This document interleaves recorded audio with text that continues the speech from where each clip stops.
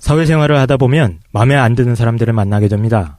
생각도 짧고 일도 못하는 인간들이 또 고집은 되게 세죠. 그래서 이런 사람들이랑 같은 팀이 돼버리면 팀에서 빼버리고 싶다 이런 생각을 하기도 합니다. 그런데 투표할 때가 되면 이렇게 마음에 안 드는 사람들을 때로 만나게 되죠. 나랑 다른 후보를 지지하는 사람은 왜 이렇게 많은지, 또 거짓말쟁이 정치인들에게 속아 넘어가는 사람들은 왜 이렇게 많은 건지, 그냥 이 사람들은 투표 못하게 하면 안 될까요? 그냥 지혜롭고 도덕적인 사람들만 정치에 참여하면 안 될까요?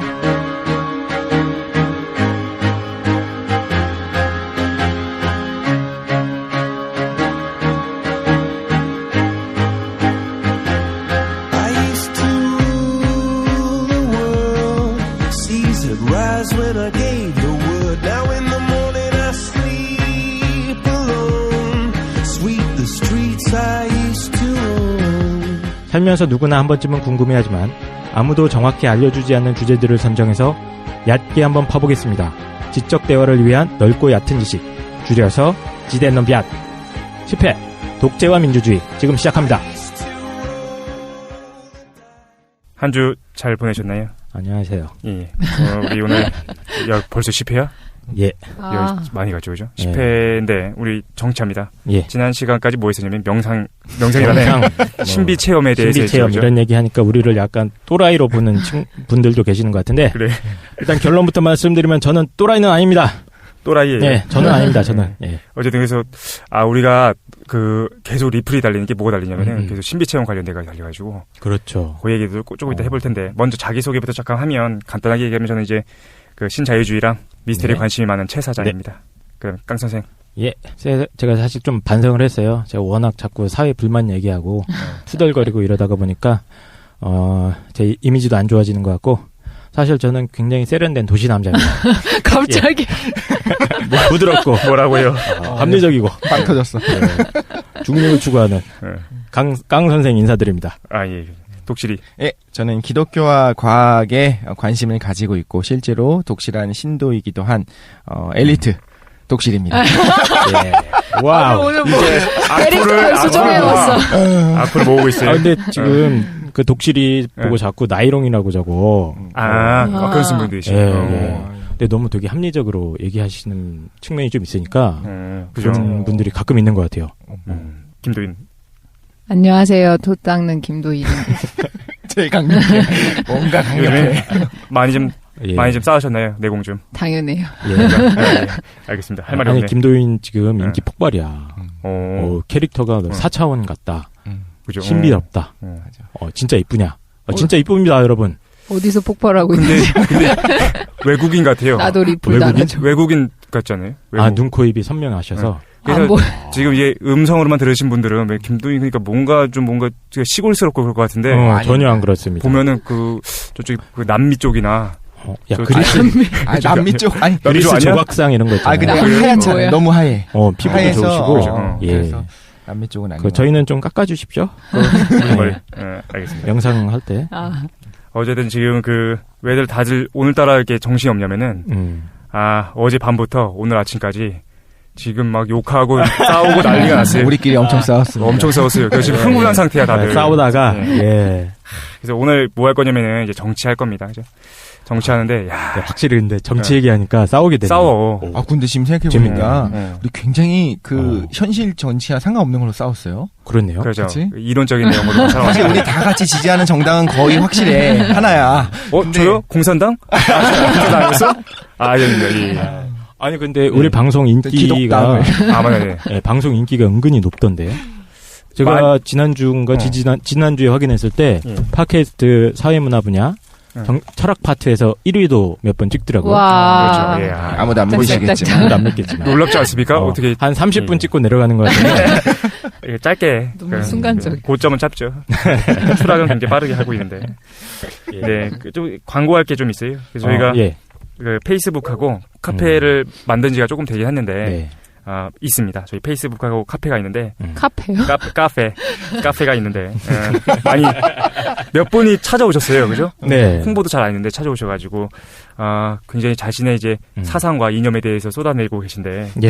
어쨌든 많이 들어오십시오. 그래서 예. 저희 방송에 대해서 후기도 좀 남겨주시고 네. 비판도 좀 해주시고. 사실 저희 방송이 저희 넷이 무슨 이렇게 엄청난 전문가들이 아니잖아요. 네. 예, 그냥 그래서, 일반인이죠. 예, 사실은 일반인들이고 저희들도 그냥 단순히 교양적인 지식을 사랑하고 좋아하고 자기가 조금 공부한 거를 이렇게 떠들고 싶은 사람들인데 간혹 가다가 저희들도 부정확한 내용 혹은 조금 맞아요, 이론의 여지가 있는 내용들을 얘기하는 경우가 있는 것 같아요. 그죠. 그러니까 그런 부분들에 대해서 여러분들도 좀 지적을 해주시고 예, 그러면은 좀 더 좋은 방송이 될 수 있지 않을까. 지적만 좋습니다. 엄청 쌓이는 거야.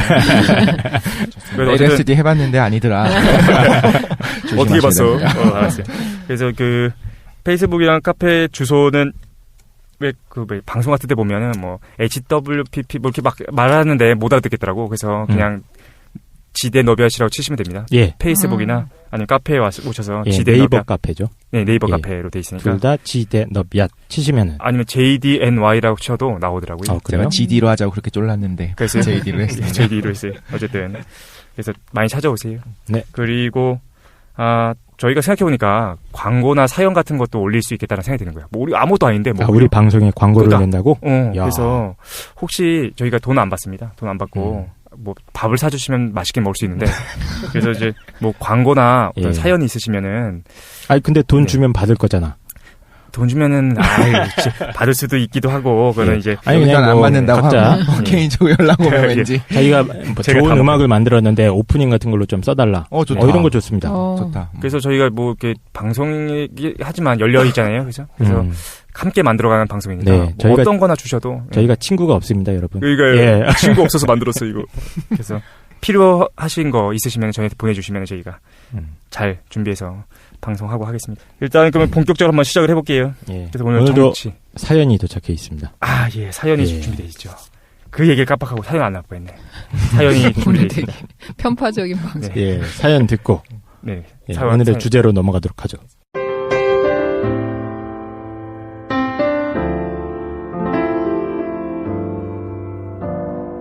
안녕하세요. 나름대로 정치에 관심이 많은 사회 초년생입니다. 아무리 생각해도 우리나라가 위기에 처한 것 같습니다. 끼부려. 끼부리. 무능력하고 부패한 정치인들은 맨날 싸움질이나 하고 생각 없는 대중들은 정치인들의 거짓말에 속아 무개념 투표를 하고 있네요. 정말 한심합니다.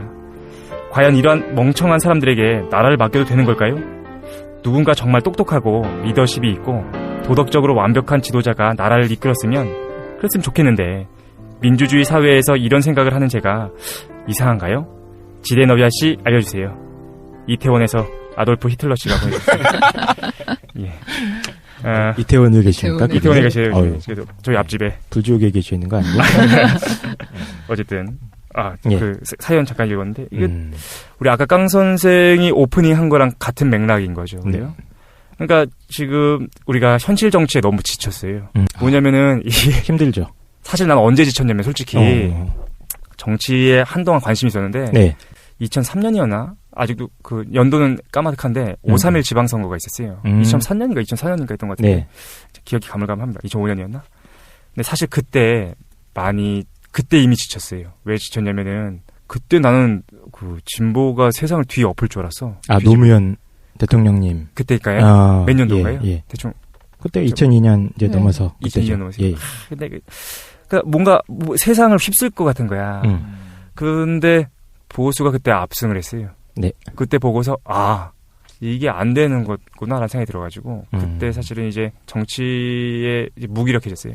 사실 제 주변에도 그런 분들이 많았던 것 같아요. 그죠? 저도 약간 그랬고, 저도 이제 우리가 20대 초반이었구나 그때 파릇파릇하게. 그렇죠. 파릇파릇했어요. 예. 그래서 세상을 바꿀 수 있을 것 같고, 그때 노무현 당선됐을 당시에 그 어떤 그 쾌감이 그건 대단했잖아요. 그래서 뭔가 이 사회도 좀 근본적으로 바뀌어가나 보다 싶었는데 저도 약간 그때 굉장히 많이 실망했어요. 예, 그때 당시에. 그죠. 제 주변에서는 보니까 오히려 이번 지난 대선 때 맞다. 굉장히 많이 실망을 했더라고요. 그러니까 이런 토론회를 보고서 이런 정책들을 보고서 그죠. 당연히 바뀔 줄 알았는데 안 되니까 제 주변에 어떻게 바뀌었냐면 시선들이 이건 되게 바람직하지 않은 방향이긴 한데 아니 뭐하러 우리가 어른들을 공경할 필요가 있냐. 그런 분들도 있지. 갈등이 굉장히 심화됐어요. 제가 볼 그죠. 때는 지난 대선 때 저도 굉장히 사실 대선 끝나고 한 3일 동안은 길거리에 지나다니시는 좀 야속하더라고요. 이런 엘리트주의자들. 예, 진짜로. 근데 나는 정서적으로. 양보 안 한다. 양보하기 싫다. 나는 실망 안 했어. 왜냐면 5.3일 지방선거에서 이미 실망했기 때문에 무관심하고 있었지. 이미 나는 말하는 그때부터 보수였구나. 그러지가. 그래서 빨리 갈아탔죠. 어차피 세상의 대세는 보수니까. 보수에. 이기는 쪽에 투표하겠다. 그러니까 이기는 쪽이 내 편인 거야. 그래서 나는 초등학교 때 혜택 응원했어. 혜택가 맨날 이겼기 때문에. 무슨 얘기하는 겁니까? 저랑 종자가 근본적으로 다르네. 나는 그래요? 지는 팀 응원하는데. 저도 지는 팀. 저도 지는 그룹 좋아합니다. 마이너를 좋아하는 사람들이 있어요. 그래요? 카메라를 써도 꼭 마이너한 거. 미놀타. 야, 마이너를 지지할 거면. 그래. 옛날에 그거 좋아했었어요. 마이너를 지지할 거면은 사회당을 지지해야지. 그러네. 예. 무슨 얘기하는 겁니까? 내가 뭐 지지하는 줄 알고? 그러네. 죄송해요. 기독민주당 이런 거 아니에요? 기독당. 네, 알겠습니다. 쓸데없는 얘기하고 있는데. 아이고, 예. 우리 정치 얘기가 되죠. 사실 걱정이 많이 돼요. 정치는 워낙 민감하고 이게 옳고 그름에 대한 얘기를 하는 것 자체가 어렵기 때문에. 벌써 우리 싸웠잖아. 우리끼리만 해도. 엄청 싸웠습니다. 여러분 싸웠어요. 모르겠지만 욕하고 장난 아니었습니다. 그래서 이것도 우리가 걱정이 되는 게 이걸 올리면 어떤 얘기를 해도 이념적인 차이가 발생하기 때문에 들으시는 분들이 불편하실 수도 있겠다는 생각이 들어서 감안하시고 그냥 미친놈들 얘기한다. 그리고 다양한 견해에 대해서 서로 그냥 제시해보는 거니까. 네. 이론적인 거라는 것도. 그렇죠. 예. 그래서 크게 둘로 나눠서 진행할 겁니다. 오늘 뭐 할 거냐면은 정치 관련돼서 이론적인 내용 할 거고. 예. 사실은 선거가 끝난 다음 주죠. 다음 주에는 현실적인 얘기를 하게 될 것 같은데. 예. 그리고 주제를 우리 뭐로 뽑았냐면은 정치에서의 논쟁거리가 많지만 그 중에서 독재, 그다음에 이제 독재 같은 말로 엘리트주의죠. 독재 엘리트주의와 민주주의를 중심으로 우리가 논의를 좀 해보려고 그렇게 하고 있습니다. 네. 근데 얘기하기 전에 큰 틀에서 이 범주 정치에 대한 얘기를 간단하게 정치가 뭔가요? 정치에 대한 얘기를 잠깐만 해보도록 합시다. 정치가 뭘까요? 각각 정치에 대해서 뭐라고 생각하길래 니네 어제 밤부터 싸웠어. 정치가 뭡니까? 그 정의해주려는 거 아니었어요? 저희한테 의견 물어보는 겁니까? 그렇죠. 정치를 정리하기가 어려워. 정치는 기본적으로는 어떤 사적인 문제를 가지고 고민하는 게 아니죠. 우리 사회 전체의 문제가 되는 공공의 문제들이 있습니다. 그런 공공의 문제에 대해서 의사결정을 하는 과정이죠. 근본적으로는. 저는 그렇게 생각합니다. 그러니까 의사결정의 과정이 정치 아니냐는 거죠? 공공의 문제에 대한 의사결정 과정. 우리 독재대 김도희는 정치 그러면 뭐라고 생각했어요?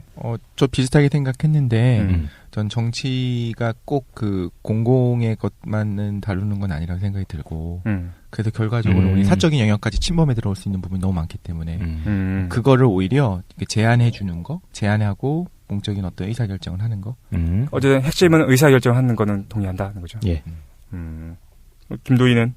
저는 개인과 공동체의 삶을 질적으로 향상시켜서 완전한 조화 상태를 이끌어주는 게 나중에 이따가 여러분들 김도인의 정치관을 들으시면 와 이건 참 대단하다는 생각이 들 텐데 저는 기본적으로 경제 체제의 선택 방식인 것 같아요. 그러니까 어떤 경제 체제를 선택할 것인가에 대한 논의하는 게 정치라고 생각해요. 밥그릇 싸움으로 몰고 가네 저거. 나는 그게 본질인 것 같아요. 저도 동의는 합니다만. 그죠. 그래서 꼭 밥그릇 싸움만은 아니다.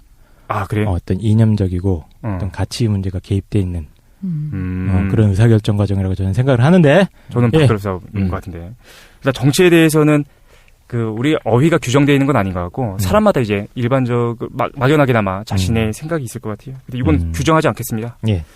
그래서 우리는 정치 중에서 뭐에 대한 얘기를 할 거냐면 독재와 민주주의에 대한 얘기를 할 텐데 원래 정치분과에서 논의가 되는 게 여러 가지가 있겠지만 가장 크게는 정치 안에 이제 보수와 진보에 대한 논쟁이 있고 독재랑 민주주의에 대한 논쟁이 있는 것 같아요. 근데 보수와 진보는 우리가 이미 다뤘어. 경제 때 다뤘어요. 네. 그죠? 그래서 혹시 보수와 진보에 대해서 조금 관심이 있으신 분은 우리 경제편에서 보수와 진보를 들으시는 게 나을 것 같고 아주 나이브하게 나눴죠. 그렇죠. 나는 근데 그게 좋아. 단순 명쾌해야지 복잡하면 싫은 것 같아서. 이번도 그렇게 하죠. 그렇죠. 이번에도 아주 단순 명쾌하게. 단순하게 한번 해봅시다. 단순하게. 근데 정치에서의 보수와 진보는 아주 나이브하게 얘기하면 뭐가 됩니까? 어떻게 됩니까? 그러니까 그때 어떻게 했었냐면 우리 보수와 진보를 어떻게 나눴냐면은 세금 하나로 나눴어요. 네, 세금으로. 그래서 보수는 세금을 낮추려고 한다. 네. 그래서 결과적으로 복지도 낮아지는 게 보수 아니냐는 거였고 진보는 세금을 높이려고 하고 복지도 높아진다였는데 나는 그게 정치랑 동일한 것 같아요. 그렇죠. 정치도 세금으로. 예, 정치도 세력에서 예, 그렇게 구분이 되죠. 그죠. 경제 체제와 연결돼 있다라는 거죠. 근데 우리는 오늘 일단 독재와 민주주의 얘기할 텐데 민주주의 얘기부터 조금 잠깐 시작해 보도록 합시다. 민주주의 좀 질문 하나 해보면 민주주의의 반대말은 뭡니까? 많은 분들이 공산주의, 맞아요. 북한 떠올리시잖아요. 그죠. 그래서 우리가 아주 잘 대부분 아실 것 같긴 한데 잘 모르시는 분들을 대상으로 좀 얘기를 하면 민주주의 반대말을 이제 일반적으로 문의하면 많은 사람들이 공산주의라고 얘기하는 게 있는 것 같아요. 그죠? 근데 실제로 공산주의의 반대말은 자본주의인 거죠. 네. 그렇다면은 자본주의랑 공산주의가 같이 묶이는 말일 거고 그럼 민주주의 반대말은 뭐냐? 독재가 됩니다. 독재. 그죠? 네. 예, 김도희 뭐 말씀하실 거 있네? 그럼 고개를 움직인 건데. 네, 알겠습니다. 페이크 장난 아니야. 뭔가 얘기하려고 알겠어요. 페이크 하지 말고. 그래서 우리 일단 잠깐만 그 독재랑 민주주의를 좀 나눠보면 이렇게 나눌 수가 있을 것 같습니다. 예. 일단 정치 개념으로서 민주주의랑 독재 엘리트주의라는 어휘가 나뉠 수 있을 것 같아요. 그러니까 민주주의랑 독재, 민주주의랑 엘리트주의가 반대되는 말인 거야. 근데 이건 정치적인 어휘라고 생각이 들고. 그러니까 정치 체계에 대한. 그렇죠. 예. 그다음에 경제 체제와 관련되어 있는 용어가 자본주의, 공산주의 혹은 자본주의, 사회주의가 된다라고 네. 그 두 가지 분리해서 써야 될 것 같은데 예.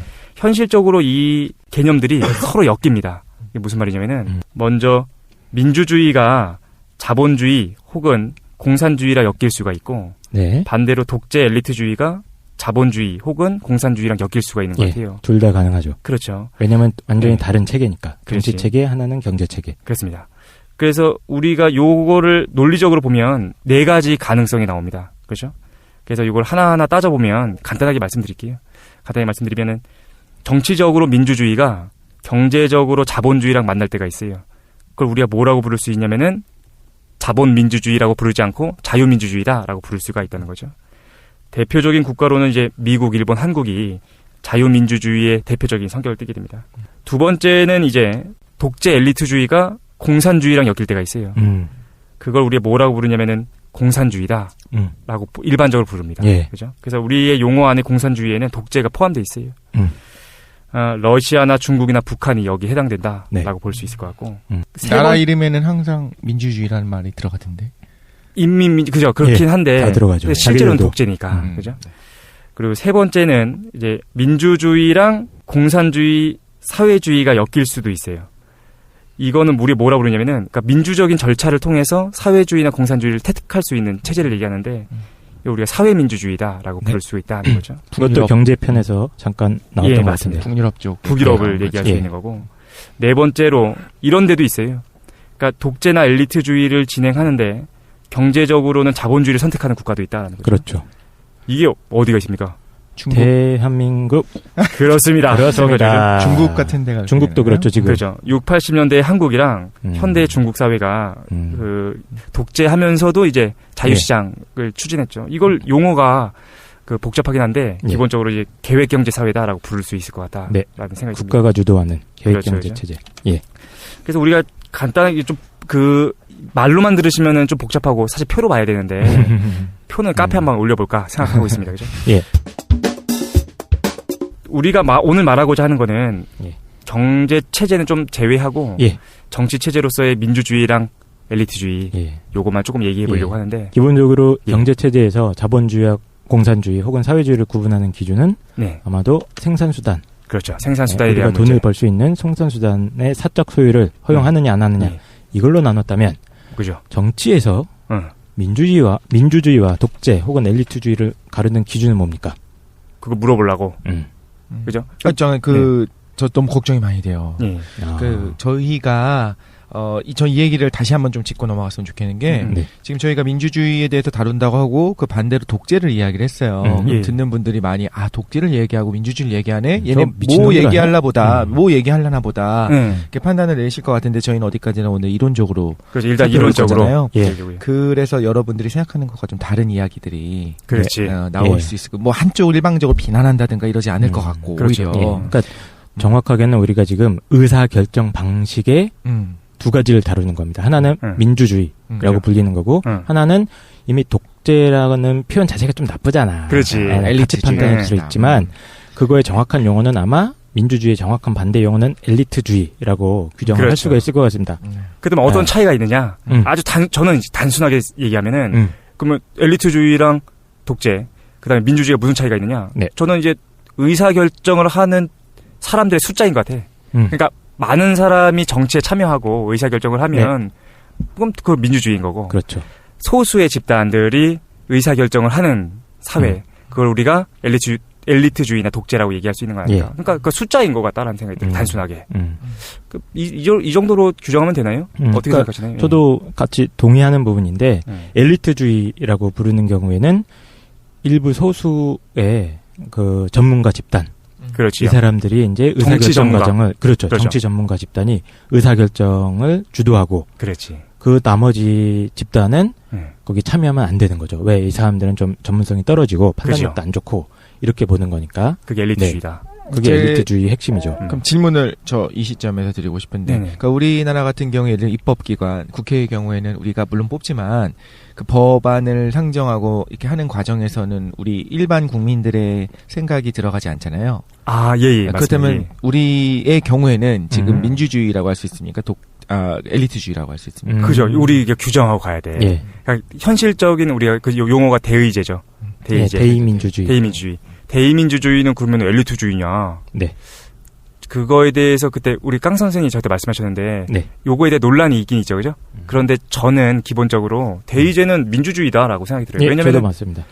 그러니까 소수가 결정하는 게 아니라 그 정치에서의 최종적인 결정권이나 그 권력에서의 정당성이 어디냐면 대중한테 있으니까. 그렇습니다. 민주주의를 넣어서 얘기하는 게 좋지 않겠습니까? 그래서 대표자들이 회의를 해서 법을 만들고 헌법을 제정하고 하는 거기 때문에 그 근본적인 뿌리는 민중한테 권력이 있다, 이렇게 보는 거죠. 엘리트가 아니라 대표다. 그렇지. 민중의 대표. 그러니까 엘리트주의 정도 되려면 저쪽에 그 정은이 어디까지 얘기해서 모르겠는데 북쪽에 계신 분들.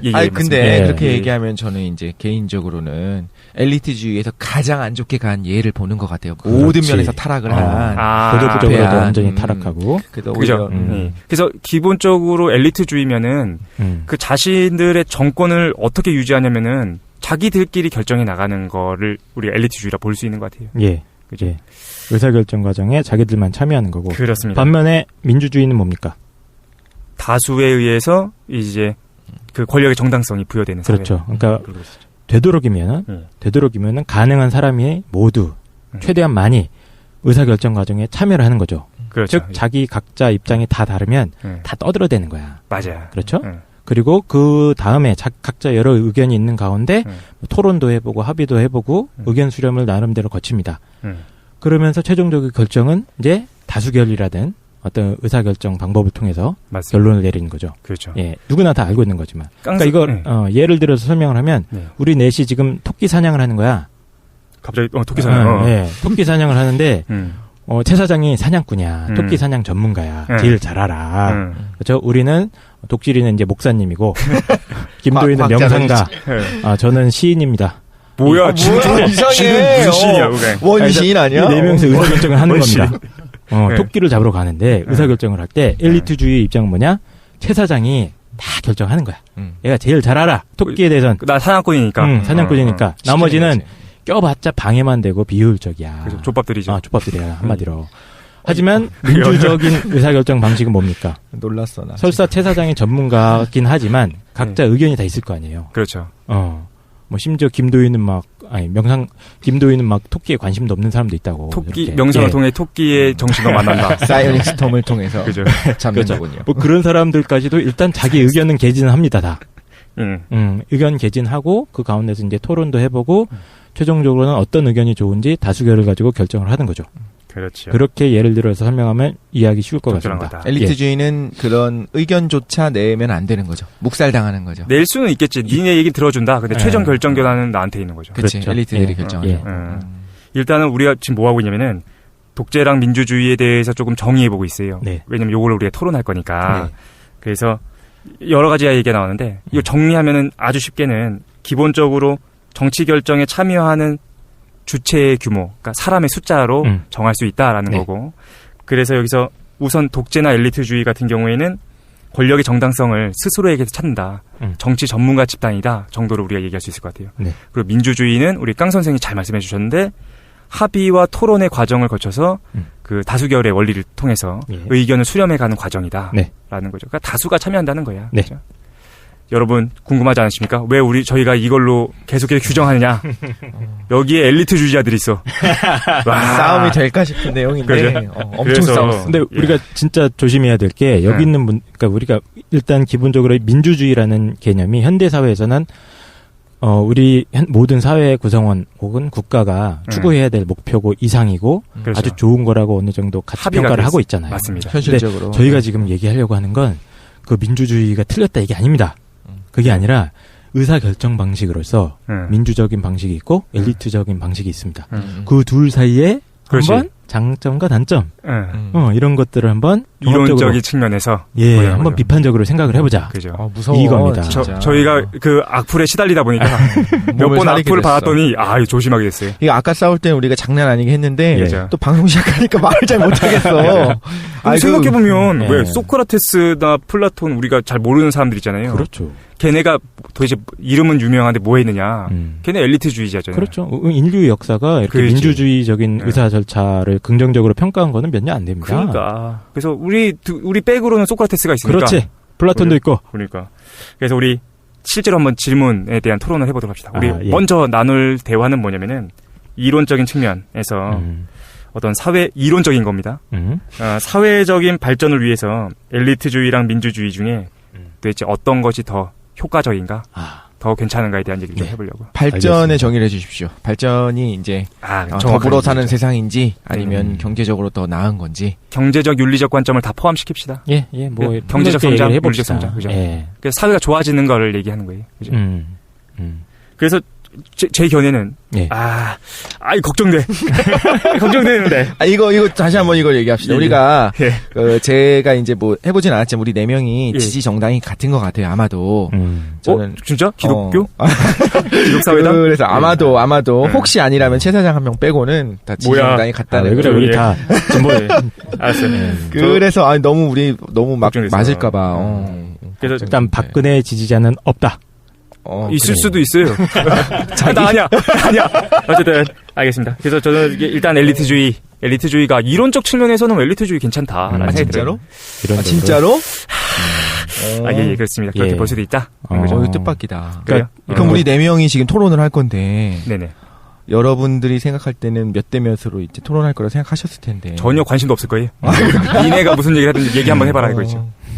그다음에 우리 독실이는 어떤? 저도 사실 민주주의는 너무 허점이 많다. 이론적으로 볼 때. 그래서 저는 엘리트주의가 더 옳지 않나. 이상적인 관점에서. 네, 이상적인 관점에서. 네. 우리 김도희는 어떠십니까? 전 철인 정치. 이런 식으로 막 피해가. 철인 정치가 엘리트주의 뭐. 철인 28호. 아니라고? 어쨌든. 아니야요? 저희가 봤을 때는 사실 가장 완벽한 엘리트주의자입니다. 그러니까요. 맞습니다. 철인 정치면 엘리트주의지 뭐. 근데 심지어 분수를 제가 그래서 이 3명의 이 반동적인 인간들한테 혼자 시달리고 있습니다. 저는 당연히 민주주의 지지자고 저거 봐. 반역사적이고 이런 행태를 제가 참을 수가 없는데 제가 참아보겠습니다. 어쨌든 그래서 죽창을 들지. 일단은 깡 선생은 이제 민주주의. 그렇습니다. 그러니까 이론적인 측면에서도 옳다라는 거예요. 그렇습니다. 그렇죠? 오히려 더 효과적인 그죠. 결과가 있을 수도 있다. 제 입장은 이겁니다. 현실적인 측면은 우리 다음에 얘기할 텐데 현실적인 측면에서는 좀 바뀔 수도 있으니까 일단 이론적인 측면에서. 근데 사실 이론적인 측면을 왜 강조하냐면은 이걸 전제하는 거야. 저희도 당연히 알고 있습니다. 뭘 알고 있냐면은 엘리트주의의 문제점의 가장 큰 핵심. 그럼 소수의 권력자가 부패할 거다라는 거야. 권력 독점은 항상 부패하니까 언제나 그랬다. 그렇죠. 근데 여기서 우리가 이론적이라고 얘기하는 거의 핵심은 뭐냐면은 권력의 핵심적인 그 소수 집단이 부패하지 않을 경우를 우리가 상정해보고 윤리적인 그렇죠. 집단, 철인들로 이루어진. 그러니까 그 전문적인 것도 그렇고 윤리적인 것도 그렇고 모든 면에서 이제 완벽하다.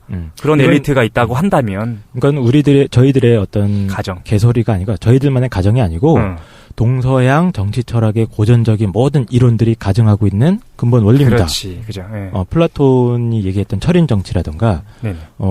동양 육아 사상에서도 왕도 정치 이 개념의 기본 핵심은 그런 가정이 있는 겁니다. 그렇죠. 즉, 예, 정치 전문가 집단이 엄청나게 엄격한 훈련 과정을 거쳐야 한다고 주장을 해요. 그렇지. 플라톤 같은 경우도. 그래서 거의 40-50년 가까이 여러 가지 과목들을 공부를 하는 것부터 시작을 해서, 나중에는 철학까지 공부를 해야 돼, 짜증나게. 그렇죠. 신기한 게 고대 사회에서 좋은 통치자가 되기 위해서 항상 철학을 가르쳤어요. 그 김도인이 조금 준비하지 않으시네? 예. 그거 철인, 엘리트, 어떤 그 사회에서 통치자 계급이 되는 그 과정에 대해서 준비하셨다고 했던 것 같은데? 제가 좀 찾아본 거를 얘기하면. 뭐야, 김도인이 아니죠. 동실에서. 일단 제가 이제 여러분들을 대변할 수 있는 부분이 있을 것 같은데, 저는 이공계잖아요. 네. 그렇죠. 몰라요. 플라톤이 누군지 잘 몰랐습니다, 사실. 이건 기본적인 상식인데 왜 모릅니까? 그러니까, 사실 좀 부끄럽지만. 우리 플라톤 국가 다 읽어본 사람들이야? 아니잖아. 전 읽었는데? 와. 저 국가 대신 도시 정도? 네. 세원이래요? 왜냐면. 난 법률도 읽었어. 근데 그 책이 굉장히 너무 두꺼워서 읽을 엄두가 안 나. 두꺼운 책이요? 엄청 두꺼워요. 그 김도인이 실제로 그 플라톤 그래요? 바이어. 예, 맞아요. 그래서 이 사람 완전 고전주의의 핵심이 서 있어요. 그래서 엘리트주의를 아까 거부하고 나는 철인주의다. 그래서 철인의 개념이 뭡니까? 제가 공부했을 때는 저는 정말 이렇게 생각했어요. 철인 3종 경기할 때 그 철인이구나. 왜냐면, 대단한 사람이니까, 훌륭한 사람이니까, 완벽한 사람이니까. 근데 그게 아니라, 철학자를 뜻하는 철인이라면서요. 그렇죠. 예. 꿰뚫다는 철이고, 필로소퍼. 부끄럽지만 정말 지혜를 사랑하는 사람. 원래는 원어의 뜻은 그겁니다. 지혜를 사랑하는 사람. 그러니까 우리나라로 오히려 철학이라 바꿔가지고 좀 이상해지지. 그렇구나. 지혜로운 사람 이렇게 번역하는 예, 맞습니다. 그렇죠. 지혜롭다기보단 지혜를 사랑하는 사람인데 어쨌든 변태 아니야? 지혜를 왜 사랑하나? 그거 철인 정치에서 그거를 뽑으려면 이렇게 한다고 하더라고요. 통치자를 뽑기 위한 과정. 뽑기 위해서 철인이 되기 위해서 일단 모든 사람이 평등한 교육의 권리를 가지고 시험을 공정하게 봐서 인재를 일단 잠재적인 인재를 선발하고 이제 의무적으로 군복무도 하고 이제 수학, 과학, 음악 같은 집중 교육을 받고 군복무는 일단 해야 되네. 네. 근데 여기서의 군복무도 우리나라랑 좀 다른 것 같아요. 이 당시에 그리스에서의 군복무라고 우리처럼 족뱅이 가고 이게 아니고.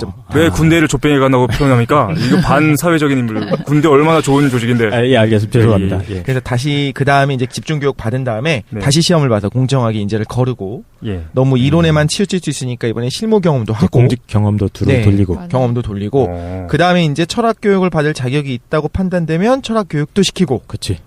그 다음에 이제 그걸 다 살아남고 두각을 나타낸 인물들한테 국가의 중대사를 맡기는데 이때가 50세가 넘어서. 맞아요. 네. 그때 이게 이제 중간 과정이 생략된 것 같은데 중간에 어디 갔다 오고 막 그러지 않나요? 이게 그러니까 단순하게 말하면 30살까지는 이론 교육을 받아요. 30살까지? 네, 체육, 음악 중점적으로 어렸을 때는 놀이 위주로 배우고. 그러니까 이게 엘리트라고 볼 수 없는 게 모든 사람이 교육 대상에 해당되는데 20살이 되면 이제 자기가 선택해요.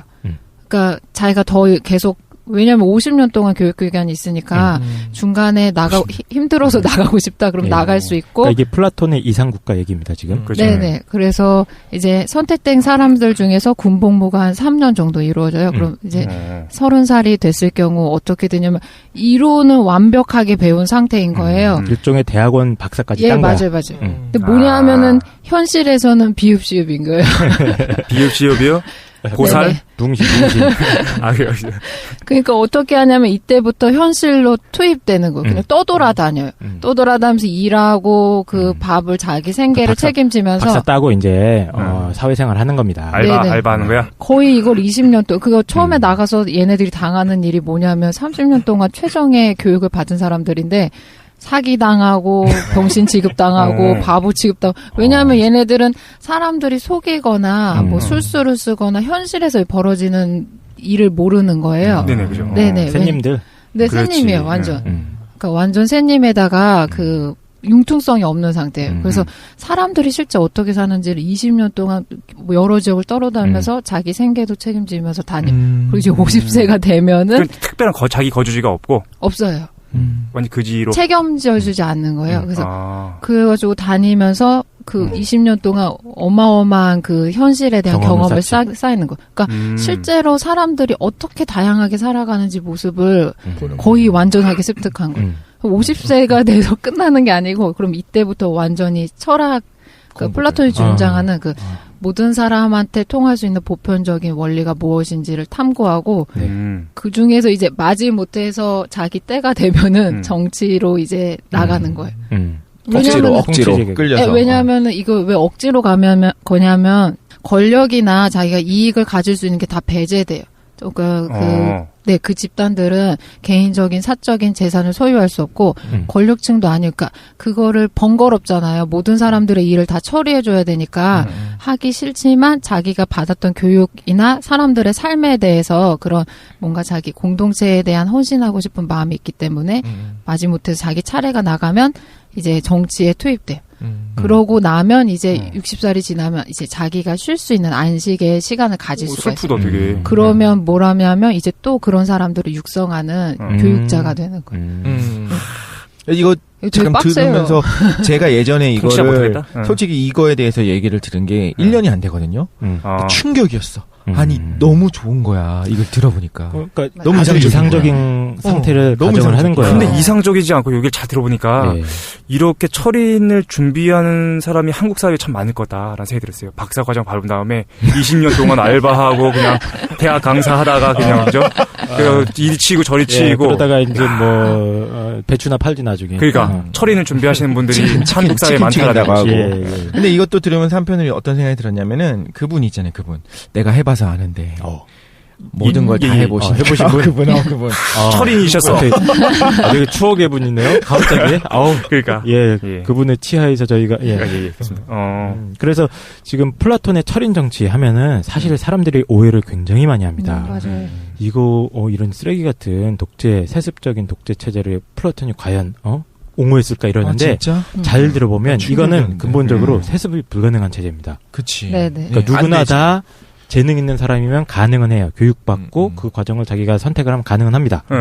그리고 또 한 가지는 여기서 중요한 게 하나 빠졌는데 이 통치자 계급은 그 부인을 공유합니다. 아니 그렇군요. 부인 공유제를 누구인지 모르게 하려고 아닌가? 네, 우리 벌써 또 여러분들 또 좋은 침 흘리고 있는데 최 사장. 아니요, 저는 일부 이유는 뭐냐면. 애가 누군지 모르게 하려고 하는 거예요. 자기 애가 누군지 모르게 하면 세습도 못할 거 아니에요. 핑계 아니야? 죄송합니다. 근데 부인만 공유한 상태가 아니고 남편 여자가 그 일처일부가 없어요. 그게 없어요. 사실 일처일부제 자체가 뭐 좀 인위적인 제도일 수도 있으니까. 그리고 진짜 사유재산도 없고 무슨 합숙소 같은 데가 갇혀가지고 이 사람들 일종의 되게 불쌍한 노예들이야. 어떻게 생각하면은 의사 결정하는 노예들이네요. 의사 결정만 전담하면서 자기 세속적인 욕망이라든가 이런 거는 완전히 다 차단당한 되게 불쌍한 사람들입니다. 어떻게 보면. 그래서 이 사람들은 경제적 이권에서도 완전히 사실상 초월한 집단이에요. 이익 집단이 아니에요, 이 사람들은. 그 정도 되면은 통치권 맡겨도 되겠다. 그러니까 그 정도의 조건을 다 달고 나서 이 사람들한테 통치를 맡기는 게 어떻겠는가. 이게 플라톤의 주장입니다, 사실은. 충격이었어요, 얘기하면. 진짜. 그러니까 이런 천재가 있다. 어떤 권력적 욕심이나 아니면은 사리사욕을 채울 수 없는 구조적 환경이 됐기 때문에. 그러니까 능력 있는 사람이 통치할 수 있게끔 하겠다는 거죠. 사실 우리가 지금 공직자들한테 요구하는 기준도 이 기준이잖아요. 사리사욕 채우지 말라. 그죠. 부당하게 세습하지 말라 이런 걸 우리가 요구를 하는데 그걸 사실 플라톤이 부인 공유해라. 무슨 얘기야? 죄송합니다. 몇 분이 계셔가지고 플라톤 책이 그게 그 이념인데 최초로 이렇게 드러나는 거죠. 근데 이게 동양에서도 거의 비슷하잖아요. 네네 맞아요. 동양에서도 비슷해요. 모르겠어요. 저는 고대에서 이제 유명한 철학가나 사상가 종교는 그 원리가 일치하는 것 같아요.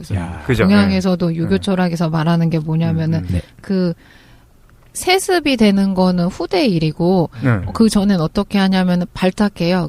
그 최고로 그러니까 덕성이라고 보는데 마치 철인과 같이 교육이나 자기 역량을 통해서 어떤 완전한 인격체가 된 사람을 이제 왕으로 추대하는 거예요. 그래서 그 사람이 이제 뭐 그때는 이제 중국 당시를 다 통치하면 이 사람이 어떠면 자기 평생에 걸쳐서 자기 다음에서 이제 통치할 사람들을 찾아다녀요. 혹시 그 요순 맞아요. 요순? 네. 요순은 언제예요? 요순이 하나라 하은주, 네, 하은주 중국 최고. 사실상 근데 거의 가상의 국가다라고 하는 사람들도 있고 역사적 실체에 대한 뭐 그건 좀 중국에서는 하나라도 뭐 증거돼 있다 뭐 그러지 않나요? 원래 이제 이거 가상의 나라다라는 게 이제 정론이었는데 최근에 이거 유적이 발견됐어요. 그래서 이거 역사적으로 인정되고 있는데 북한에서 뭐 단군 유적도 발견되고. 근데 그게 나라라고 하는 게 우리가 생각하는 나라랑은 좀 다르죠. 족장 정도. 그럴 수도 있죠. 좀 소규모겠죠. 아닌가? 그게 나라. 네. 그랬을 가능성이 높겠지 아무래도 도시국가 형태. 어쨌든 그 동양과 서양에서의 근본적 뿌리에서 고대에 있어서는 엘리트주의에 대해서 엄격한 기준을 마련함으로써 그 엘리트주의가 가능한 구조적 환경과 정당성을 부여했다는 거예요. 우리 조선 시대도 어떻게 보면 이상적으로 보면 그런 사회잖아요. 어떤 공직에 그 신분 세습을 하는 게 아니라 엄격한 시험 선발 과정을 거쳐서. 근데 그때 보면 신기한 게 고시 과목이 무슨 철학 이런 거, 형이상학 이런 걸로 고시를 치르는 거야. 그거 깜짝 놀랐어요. 우리가 그때 태어났으면 한 달에 하는 건데 그치 철학 공부한 사람들이 나는 안 돼. 나는 철학과 나왔지만 잘 모르겠어. 나는 완전 그냥 천민이었을 것 같은데. 과학기술하면 천민이었지 뭐. 조선 시대도 아마 그런 측면이 있었던 것 같아요. 그러니까 우리가 지금 얘기하고자 하는 엘리트주의의 형태는 이런 형태입니다. 그러니까 진짜 엘리트가 존재한다면, 그러면 나는 부정하기 힘들다. 엘리트주의를 지지해야지. 이 정도. 플라톤의 철인 정치조차도 이제 안 좋다라고 말씀하시는 거잖아요. 뭐 저는 기본적인 입장은 그겁니다. 왜 안 됩니까? 왜? 일단은 이거예요. 엘리트주의자들이 이제 그 주장하는 근거는 이거죠. 아까 우리 토끼 사냥을 예를 들었잖아요. 오케이. 최 사장이 토끼 사냥꾼 전문가야. 그렇지, 전문가. 그래서 20년 동안 토끼만 잡았어. 20년 동안 토끼만 잡았어. 딴 건 다 놓아줬어. 그래서 이 사람은 토끼가 이동 경로를 완벽하게 하는 거야. 그렇지. 모든 이동 경로를. 토끼 암컷 토끼가 수컷 토끼의 오른쪽 귀에서 성적 흥분을 느낀다는 것도 알고 있어. 죄송합니다. 진짜예요? 아니에요? 닥치십시오. 아니에요? 이거 아까 그 저번에 했던 얘기 할 거잖아. 도마뱀 얘기. LSD 할 때. 이해를 못 하고 있어. 그래서 토끼가 잘라야지. 이동하는 패턴을 완벽하게 이해하고 있어서 이 사람이 그걸 갖다가 가장 효과적으로 효율적으로 잡을 수 있다라고 이렇게 가정을 하는 거잖아요. 그렇죠. 그게 실제다. 사실이다. 예. 그런데 저는 이렇게 생각을 합니다. 과연 최 사장이 그거를 완벽하게 알 리가 있냐, 사냥꾼이. 이 얘기입니다. 즉 다시 말해서 토끼의 이동 경로가 만약에 딱 하나뿐이에요. 모든 토끼는 그 이동 경로만 따라다닌다고 칩시다. 만약에 그런 상황이면은 최 사장이 20년 동안 쌓아왔던 경험으로 그걸 이렇게 인식하는 게 최 사장의 경험이 객관적인 진리다라고 말을 해도 되겠죠. 그렇죠. 그런데 이런 상황을 가정해 봅시다. 토끼가 이동 경로가 저마다 다른 거야. 존나게 다양해. 변수가 많아. 그래서 최 사장이 아무리 20년 동안 경험을 쌓았고 어느 정도 패턴화를 익혔다고 하더라도 이 토끼에 대한 경로에 대한 예측이 최 사장이 틀릴 수도 있는 거야. 그렇죠. 즉 그 사람의 이거는 주관적인 해석인 겁니다. 토끼 경로에 대한 최 사장의 입장은 어떤 객관적인 실제에 대한 인식이 아니라 주관적인 해석에 불과한 거고 어떤 부분적인 진리만 알고 있는 거죠. 진리가 아니라는 건 아닙니다. 최 사장이 알고 있는 거는 어느 정도 진리는 가지고 있어요. 하지만 그게 전체 혹은 객관적인 건 아니라는 거죠. 완벽하진 않다. 그러니까 제가 하고 싶어하는 얘기는 이겁니다. 우리가 생각하는 진리라는 게 사실 그 플라톤 시기라던가 어떤 육아 철학 전통에서는 어떤 고정불변의 진리가 딱 하나 있어. 그러니까 우리 사회를 이끌어 나가야 되는 그런 바람직한 방향과 절차가 딱 있다고 칩시다. 그걸 갖다가 엘리트가 오랜 기간 수련을 쌓아가지고 완벽하게 거의 완벽하게 인식을 할 수 있는 거야.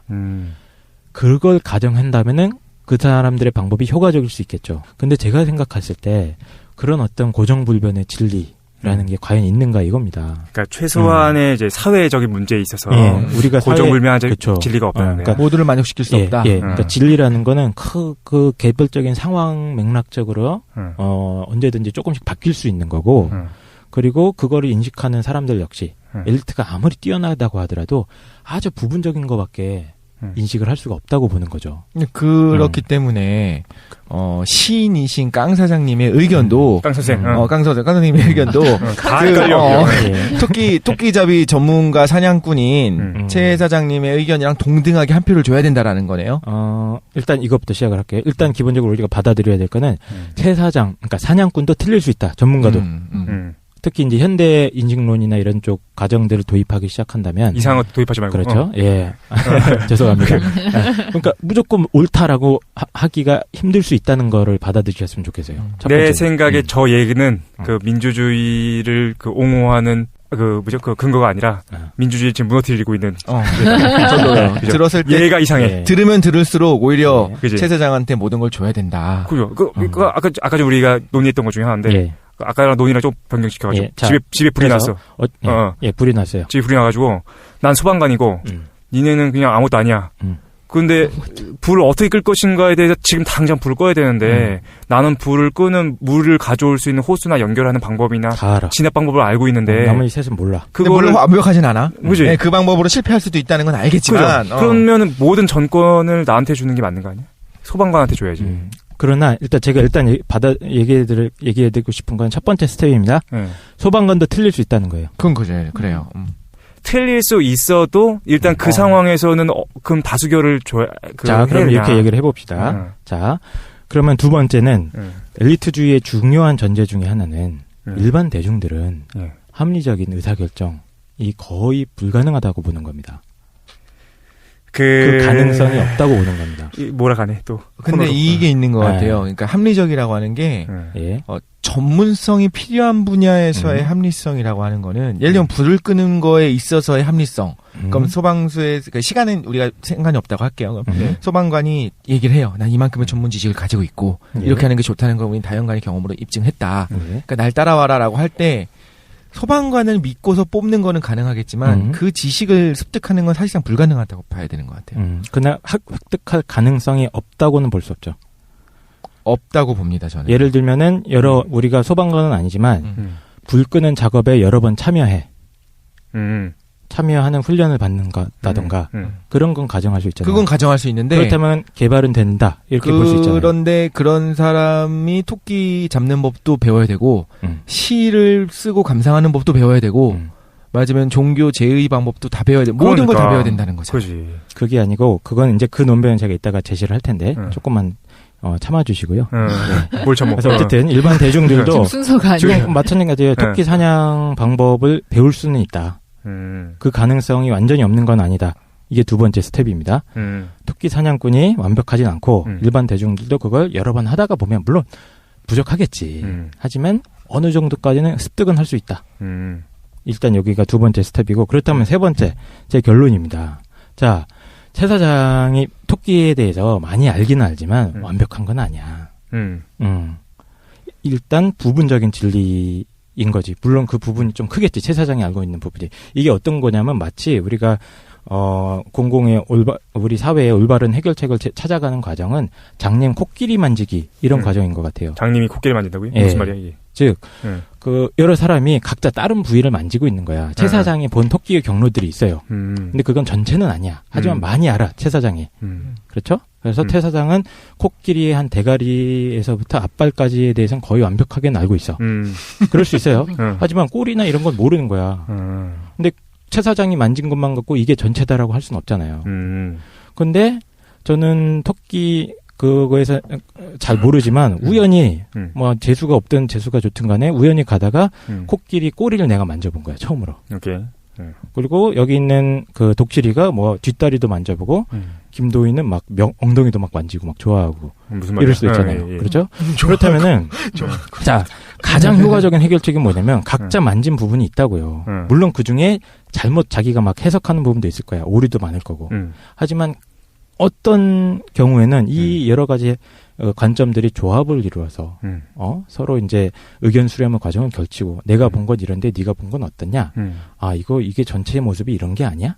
이런 토론의 과정이 있다면은 어떻게 보면 더 좋은 해결책도 나올 수 있다는 겁니다. 제가 봤을 때는 즉 효과 측면에서 보통 우리가 이제 엘리트주의가 항상 효과적이다라고 이제 주장할 수 있잖아요. 대부분 그렇게 생각을 한다고 그렇죠. 하는 사람들이 많은데 제 주장은 이거예요. 민주주의가 항상 효과적이진 않아요. 또 민주주의는 그걸 추구하지도 않고, 또 민주주의의 가장 큰 결정은 뭐냐면, 효율성은 더럽게 떨어집니다, 이게. 그럴 수밖에 그죠. 없어요. 왜냐면, 각자 본 걸 가지고 막 서로 막 싸우고 대립하고, 아까 우리 싸웠던 것처럼, 그치. 시간과 절차. 토론하고 그죠. 이런 과정이 투입되는 시간이 많이 들어요, 기본적으로. 그치. 그러니까 당연히 효율성은 떨어지고, 예를 들면 아까처럼 막 불이 났을 때, 아니면 전쟁같이 위급한 상황일 때, 이런 식으로 하면은 더 문제가 생길 수 있죠, 그렇죠? 그럼에도 불구하고 우리가 충분하게 여러 사람들이 모여서 요새 무슨 다중지성 이런 얘기도 하잖아요. 그죠. 그러니까 각자 서로 다른 관점을 가진 사람들이 의견을 조합해서 어떤 궁극적인 큰 그림을 완성해 나가는 그런 거라고 생각을 한다면, 그렇다면 조금 더 효과적인 해결책도 민주적인 절차를 통해서 나올 수 있다. 이게 제 생각인 겁니다. 모든 사람들이 오류의 가능성이 있는 건 사실인 거고, 예. 사회에서 정확한 진리라는 것이 존재하지 않는다고 할 때, 그 사람들이 같은 논의와 토론의 절차를 거쳐서 그 도출하는 결과가 가장 합리적이지 않겠느냐. 더 좋을 수도 있다. 그렇지. 그런 게 제 생각이에요. 근데 현실은 왜 이래? 현실은 시궁창인데. 그러니까. 그렇다면 그게, 그거는 완전히 이론적인 얘기지만, 현실적인 걸로 바로 적용할 수도 있겠네. 현실적인 걸로 바로 적용을 물론 하자면 우리가 다중지성의 사례 이런 것까지 끌고 들어올 수는 있을 것 같아요. 그런데 현실은 근데 이제 그래? 그거는 우리가 지금 다루는 얘기는 아니니까. 우리가 순수하게 이론적인 관점에서. 아니, 지금 내가 채 사장을 공격해 본 거야. 어떠냐? 전 이론적으로 말하는 것도 좋아요. 근데 지금 이거 얘기를 들을 때 머리에서부터 앞다리까지 만져보고 알고 있는 엘리트 한 명이 있고. 네. 근데 대부분의 대중이 만약에 꼬리만 만져봤어. 아예 꼬리도 몰라. 꼬리도 몰라. 그래 보지도 않았어. 관심도 없거든. 그럼 물론 엘리트가 설득은 하겠지. 설득은 해요. 만져봐. 아니, 내가 봤다. 머리랑 여기까지는 이렇고, 그러니까 전체가 이럴 것 같았는데 뒤에를 뭐 늑대 모양으로 만들더니 이상하게 만들 수 있겠죠. 그러니까 그렇게 실수의 가능성이 있다는 거잖아요. 그런데 보지도 않은 사람들이 대다수가 그럴 리가 없다. 라고 하면서 잘못될 가능성이 더 높지 않은가. 그리고 자신의 그 사람 대중들이 쉽게 휘말릴 수 있는 거는 뭐냐면은 자기의 이익 중심으로 하는 거야. 꼬리를 안 만졌지만 내가 꼬리를 만졌다고 얘기하는 게 더 유리할 수도 있으니까 맞습니다. 나 만졌다 할 수도 있다는 거지. 지금 얘기하신 부분들이 사실은 민주주의에 대한 아주 고전적인 비판이죠. 그렇습니다. 이건 주구 정치로 갈 수밖에 없다. 현실적으로.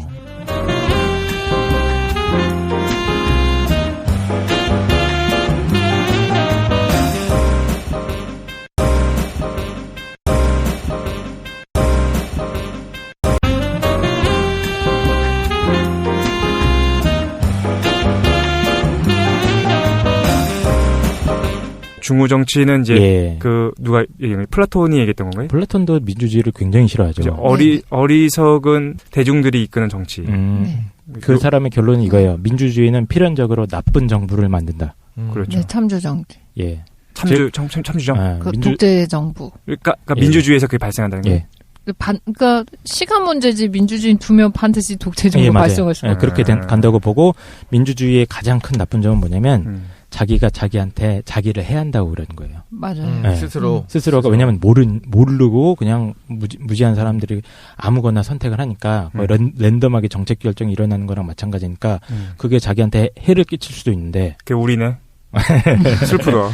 그게 그 사람들의 중요한 비판이에요. 저는 그걸 좀 과학적 관점에서도 수학적 관점에서 얘기를 할 때 이건 수학적 관점이 아니라 수학이 완벽하지 않다. 우리는 수학에서의 어떤 기본적으로 증명됐던 것들이 완벽하다고 생각했었는데 지난번에 그 소개 한번 잠깐 해주시죠.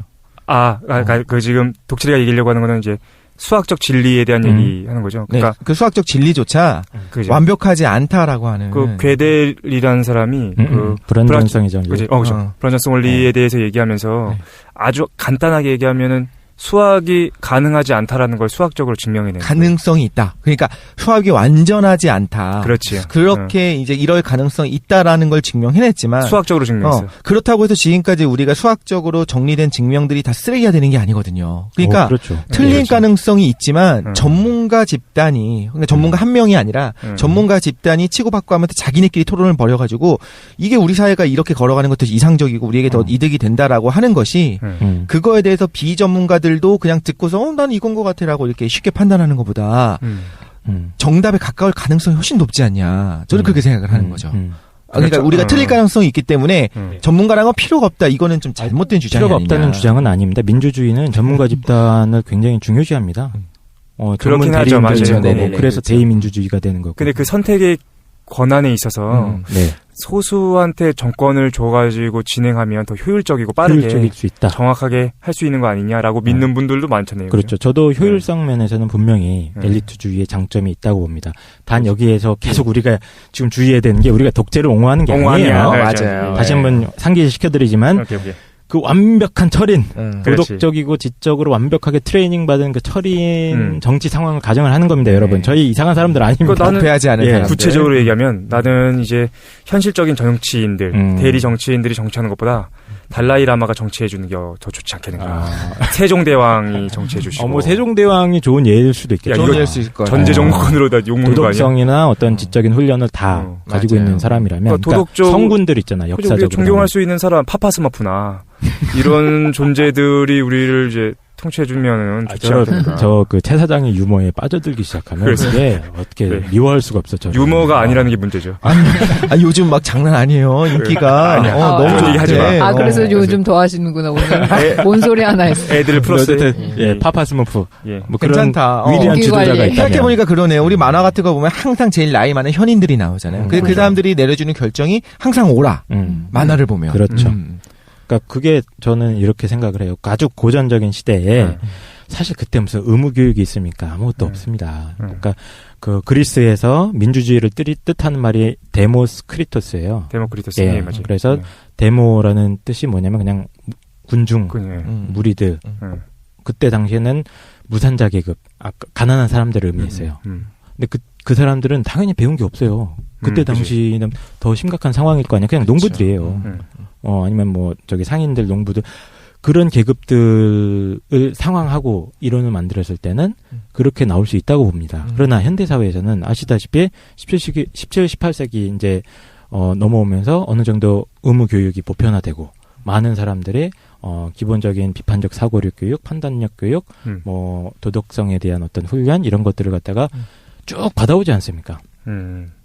그렇다고 한다면 이 사람들이 이것도 역시 약간 가정이 필요해요. 막 너무 이렇게 자기 이익만 추구하려고 하고 이런 대중들을 가정하게 될 경우에는 그거 당연히 하면 안 되겠지. 대중이 쓰레기야. 그럼 누가 민주주의 원리를 찬성을 하겠습니까? 다만 이것도 가정인데 어느 정도 대중들도 최소한의 도덕적인 훈련을 받았고 합리적인 판단의 가능성도 있는 상황이고 이렇다고 한다면 이 사람들이 이제 각자 코끼리를 여러 가지를 만지는 겁니다. 물론 만지기 싫어서 안 만지는 놈은 내도 그냥 하지 말라 그래. 자기 자유니까. 그러나 그래도 많은 사람이 만져서 그 의견을 조합하는 것이 좋을 확률도 있다는 거죠. 제가 얘기하는 거는. 효과적인 확률도 있다는 겁니다. 일단 이 얘기가 계속 반복되니까 좀 정리하고 넘어가면, 그러니까 깡 선생이 지금 계속해서 얘기하고자 하는 건 뭐냐면은 왜 얘기하는지 알겠어요. 뭐냐면은 이렇게 실제로 엘리트주의를 지지하는 사람들이 뭐라고 얘기하냐면 효율적이다라는 거야. 그렇지. 그 전당크 얘기도 나오고 막 그런 사람들도 있어요. 위험한 발언인데 그런 사람들도 있다는 거죠. 근데 그거의 핵심적인 논리가 뭐냐면은 엘리트주의가 더 효율적이다라는 거죠. 그렇습니다. 그치? 그런데 이제 깡 선생이 지금 계속해서 하고자 하는 얘기는 뭐냐면은 민주주의가 그렇게 비효율적인 건 아니다라는 거예요. 그러니까 저는 효율성과 효과성은 좀 구분했으면 좋겠는데. 효율성과 효과성? 네. 효율은 뭐냐면 투자 대비 효과 그 비율이에요. 무슨 말인지 이해가 되시죠?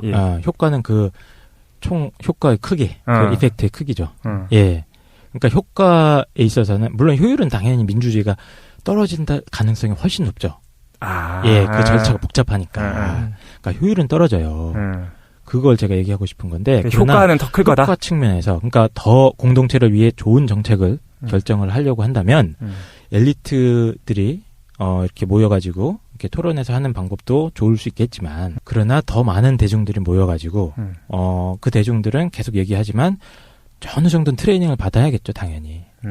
그런 사람들이 얘기를 서로 합의를 하고 나눈다면 더 좋은 정책이 나올 가능성이 없지 않다. 잠깐만요. 그러면 그리고 요새는 다중지식학이라는 뭐 이런 개념 같은 걸 보시면은 그런 쪽으로 많은 학자들이 지지하는 연구를 결과를 내고 있습니다. 일단 저 두 가지를 좀 얘기를 하고 싶은데 첫 번째는 뭐가 있냐면 그 전문가 집단이라고 하는 엘리트가 틀릴 수 있다라고 하셨잖아요. 당연히 그렇고. 그런데 민주주의에서 그러면 다수가 의사결정을 내리는 것이 틀릴 가능성이 더 높다라는 것까지도 합의를 하셨잖아요. 거기까지도. 그럴 가능성이 그렇죠. 토끼 사냥이라든가 불 끄는 그런 예에서. 그럼에도 불구하고 지금 더 틀릴 가능성이 둘 다 틀릴 가능성은 있어요. 근데 이쪽이 그 다수가 판단을 하게 되면 틀릴 가능성이 더 높은데도 불구하고 지금 효과가 더 크다고 하셨죠. 효과가 더 클 수 수도 있다는 있다. 겁니다. 클 수 항상 있다. 크다는 건 당연히 말도 안 되는 주장이고요. 클 수가 있기 때문에 민주주의가 더 옳다. 항상 큰 건 아니지만 클 가능성이 클 수도 있다. 적어도 효율성이나 효과성에 있어서 엘리트주의에 뒤지지 않는다까지 얘기하는 것 같아요. 뒤지지 않을 수 있다. 토끼사냥 하는데 4명이 아니라 조심해서 얘기해. 안 올 수 있다고. 네, 그거고요. 두 번째는 그 집단지성 말씀하시는 거에 대해서는 전문가들끼리의 집단지성이에요. 그거는 굉장히 중요해요. 예를 들면 의학기술도 한두 명이 갖고 있는 것이 아니라 의사들끼리의 집단적인 지성을 했을 때 훨씬 더 많은 것이 이뤄낼 수 있다는 것이 되는데 거기서 일반 사람들이 와갖고 갑자기 혹은 이렇게 얘기하면 되게 제가 동양의학을 무시하는 것 같은데 막 와서 이게 간이 뜨거워서 눈이 그렇죠. 안 좋아진다는 등 막 이런 얘기를 하는 분들이라든가 아니면 내가 집에서 해봤는데 된장을 바르니까 상처가 났더라. 이런 사람들이 집단으로 모였을 때 과연 더 올바른 길로 나아가는가. 그렇지. 막 수술하려고 하는데 김도인이 껴가지고. 그러니까 이거 명상합시다. 기도합시다. 이따가 얘기하려고 했던 퇴마합시다. 부분인데. 어떻게 하면. 근데 엘리트주의의 가장 핵심적인 문제는 뭐냐면 다른 사람들이 그런 의학을 배울 수 있는 기회. 아니면 불을 끄는 걸 배울 수 있는 기회, 사냥하는 걸 배울 수 있는 기회를 원천적으로 차단한다는 거예요. 잠깐 철인에서는 그렇지 않잖아요. 네네, 차단되죠. 일단 되고 나면, 그러니까 일단 철인이 되고 나면 그때부터는 다른 사람이 못 하는데 후대를 내가 세습하는 것이 아니라 다음 정치인을 뽑기 위해서 트레이닝을 하고 모든 사람에게 기회가 열려 있잖아요.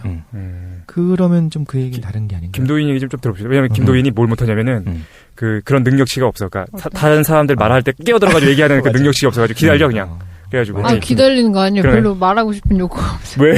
그거 말하고 싶은 그냥 욕구 없어? 듣는 게 편해요. 우리 우매한 3명. 이네들이 뭘 하든. 김도인은 어떻게 생각하시나요 일단? 네.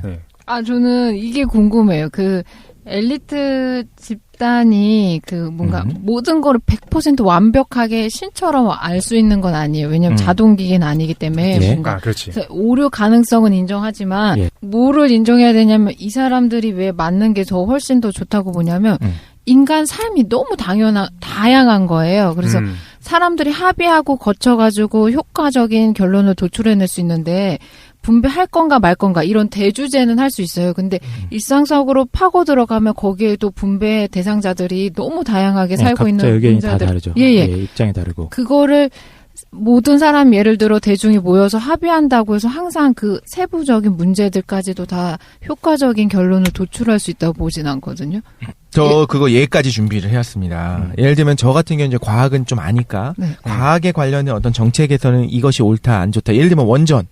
확대할 거냐 축소할 거냐 이런 것들은 어느 정도 의견을 낼 수 있다고 봐요. 근데 예를 들면 이건 실질적인 예인데 사법제도 우리나라가 이제 죄형 법정주의 이런 것들을 하는데 그걸 받아들여서 하는데 거기다 근대 형법사를 아는 사람이 없잖아요. 일반들은 모르잖아요. 저도 잘 모르고. 그러니까 어떤 일들이 벌어지냐면 어떤 판결을 내리고 나면 사회적으로 이슈가 됐던 범죄자에 대한 판결을 내리고 나면 거기 리플들을 보면 다 뭐냐면 완전 판산 찢어 죽일 놈이야. 항상 그래. 근데 이건 법적으로 그렇게 되도록 해. 이거는 어떤 진보 정치인을 갖다 이렇게 물어봐도 이건 정당한 판결인 경우가 굉장히 많거든요. 그러니까 정치적인 판결 말고 흉악범. 흉악범을 이게 판결 내는데 왜 이게 중형이냐. 고작 3년이 중형이냐, 8년이 중형이냐 이런데. 오제이 심슨 사례도 있잖아요. 네, 그런 거. 그거는 좀 이따가 들어볼게요. 좀 이따 얘기할까요? 그런 면에서 사법제도를 우리가 모르기 때문에 나는 그거에 대해서는 엘리트들, 일종의 검사, 판사, 그 법률 전문가들에게 맡기는 것이 맞다 생각이 들고. 그러니까 정치 역시 정치 전문가한테 맡겨야 된다. 그렇죠. 그리고 경제 같은 것도 누구나 경제 민주화를 외치었잖아요. 근데 실질적으로 어떤 법안이 어떤 영향을 미치는지는 저도 몰랐었는데 이제 지난번 그 문재인이랑 할 때 박근혜랑 할 때 그때 저도 검색을 해보니까 순환출자가 이런 문제가 있고 그때 알았어요. 그렇다면 그런 것들에 대해서도 경제 전문가들이 그런 법안을 만들고 하도록 그거를 위임하는 것이 훨씬 맞지 않냐. 아니 근데 지금 좀 계속 개념의 혼동이 있을 수 있는데 민주주의에서도 위임을 하죠. 그런데 그것까지 얘기를 하려고요. 그래서 실제 민주주의도 어떻게 했냐면 그런 법안에 대해서 잘 아는 엘리트를 뽑는 구조가 아니고 표를 많이 받은 사람이 뽑히잖아요. 그래서 어떻게 됐냐면 교육감이나 이런 것도 마찬가지로 표를 한다는 지난번에 박근혜가 경제민주화를 이야기했거든요. 그래서 뽑혔어요. 그런데 실제로 박근혜 대통령님께서 각하께서 경제민주화 관련 공약 이행을 얼마나 하고 있으며 그런 것들을 보면 실질적으로 그러니까 정말로 추진할 수 있는 능력이 있고 잘 아는 사람을 뽑는 게 아니라는 거죠. 그러니까 이렇게 말하면 죄송하지만 그래, 결국에 우매한 대중들이 뽑는 것은 전문가를 뽑는 것이 아니라 전문가일 거로 추정되는 사람을 뽑게 되잖아요. 그러니까 뽑는다는 걸 갖고 말씀하시니까. 그러니까 아까 그 코끼리 경우에도 무슨 꼬리를 얘기할 수 있는 거고. 그러니까 다수결을 통해 가지고 실제로 우리가 어떤 정치적 전문가를 뽑지 못하는 게 눈앞에 있지 않냐. 그럼 매번 실패하는 거 아니냐. 매번 실패할 수밖에 없는 거 아니냐. 그렇죠. 그러니까 저도 그런 위험성에 대해서는 한 2000년 동안 계속 똑같이 얘기되어 온 얘기예요. 그렇지. 대중이 죄송합니다. 대중이 우매한데 결과적. 근데 그러니까 저희들 저랑 이 근본적인 가정의 차이가 계속 그거예요. 대중이 저도 알아요. 현실적으로 우매할 수밖에 없고 현실적인 결정은 야 이거 위험한 발언이야. 지금 대중을 미기하다고 말씀하시는 겁니까? 근데 그런 측면이 분명히 있으니까요. 판단력도 떨어지는 부분도 있고 분명히 전문가 집단에 비한다면은. 그렇죠? 근데 이제 제가 위험한데 이거. 위험할 수 있다는 거. 야, 네 의견이잖아 이거. 나를 뭐라가. 저는 모든 사람들이 평등하다고 생각하며 모든 분들의 권리가. 선생님이 뭔가 인격을 비하거나 뭐 진영을 하는 게 아니고 파트가 다르니까. 그치. 예를 들어 우리가 김연아처럼 피겨를 잘 탈 수는 없는 거잖아요. 근데 예를 들어 왜 김연아만 국가로 피겨 뽑아주고 우리는 안 뽑아주냐 이거 불평등하다라고 하는 거랑 저는 나도 피겨하고 싶은데. 맞아요. 아니 그게 그런 것 같아요. 정말로 너무 분야가 이제 많기 때문에 각 분야의 전문가가 있고 그 사람들한테 일임하는 것이 효율뿐만 아니라 실질적으로 바른 판단을 내릴 가능성도 제일 높다라고 생각하는데 얘기하시는 게 그러니까 자꾸 대의민주주의가 민중들이 피겨를 하자는 게 아니고요. 피겨 전문가를 선출할 수 있는 권리를 주는 겁니다. 그러니까요. 근데 그때 그럼 문제는 뭐냐면 과연 대중들이 그럴 만한 능력이 있는가에 대해서 독실은 지금 계속 없다고 주장하는 거야 이 나쁜 놈아. 서로 지금 비난하고 지금 좋아 서로 댓글 달고. 저는 아닙니다 여러분. 저는 자유민주주의를 수호하고 싶고요. 알겠습니다. 근데 우리가 잠깐 뭐야 나 아닌 거야. 나 무슨 공산주의 지금 소화하는 게 우리가 논점이 자꾸 헷갈리는데. 복잡해 이게. 아까도 우리 이러다가 계속 싸웠잖아. 자 대의민주주의에 대한 잠깐만 얘기가 이 차이가 이건 거예요. 근데 지금 그거에 대해서 좀 항변 잠깐 할게. 한 번만 더. 그러니까 제가 말했었던 거는 예를 들면 여러 가지 분야가 있을 때 그거의 전문가들을 일임을 하고 일임을 한다는 것이 아무튼 간에 뽑고 엘리트들이 엘리트를 뽑고 그 사람들한테 맡겨놓는 거에 그렇죠. 지금 반대급부를 지금 얘기하는 민주주의라면 엘리트주의의 핵심은 엘리트들끼리 계속 뽑는 거야. 그렇지. 그러니까 이게 어디서 이 예가 뭐냐면 현대 중국 지도자 선출 과정이 그거예요. 중국에서 뭐 투표를 하는 게 아니라 10인회인가요? 국가 원로 회의 같은 게 10인회인가 30인가가 있습니다. 그래서 그쪽에서 결정을 해요. 야 이번에 시진핑 너 마누라도 이쁜데 한번 이번에 10년간 우리 예쁘죠. 중국을 한번 해보라. 통치를 한번 이런 식으로 결정을 합니다. 그래? 왜 그런 식으로 결정을 지금 뭐랄까? 아무튼 근데 이제 그 민주주의에서 그 사람들 그 민주주의 대중들이 우매하지 않고 기본적으로 이 정도의 소양이 있다라고 주장하는 건 이거잖아요. 그럼 대중들이 사법제도의 전문가도 뽑을 수 있고. 과학에서의 전문가도 뽑을 수 있고 경제 전문가도 뽑을 수 있다는 모든 분야에서의 전문가들을 엘리트가 엘리트를 뽑는 것이 아니라 대중이 뽑을 수 있다. 올바른 판단할 수 있다라는 거잖아요. 이것도 생각해 보세요. 전문가들 집단은 어떤 의미에서는 자기들만의 세계에 갇혀 있는 사람들일 수도 있어요. 자기들만의 시각이 있겠죠.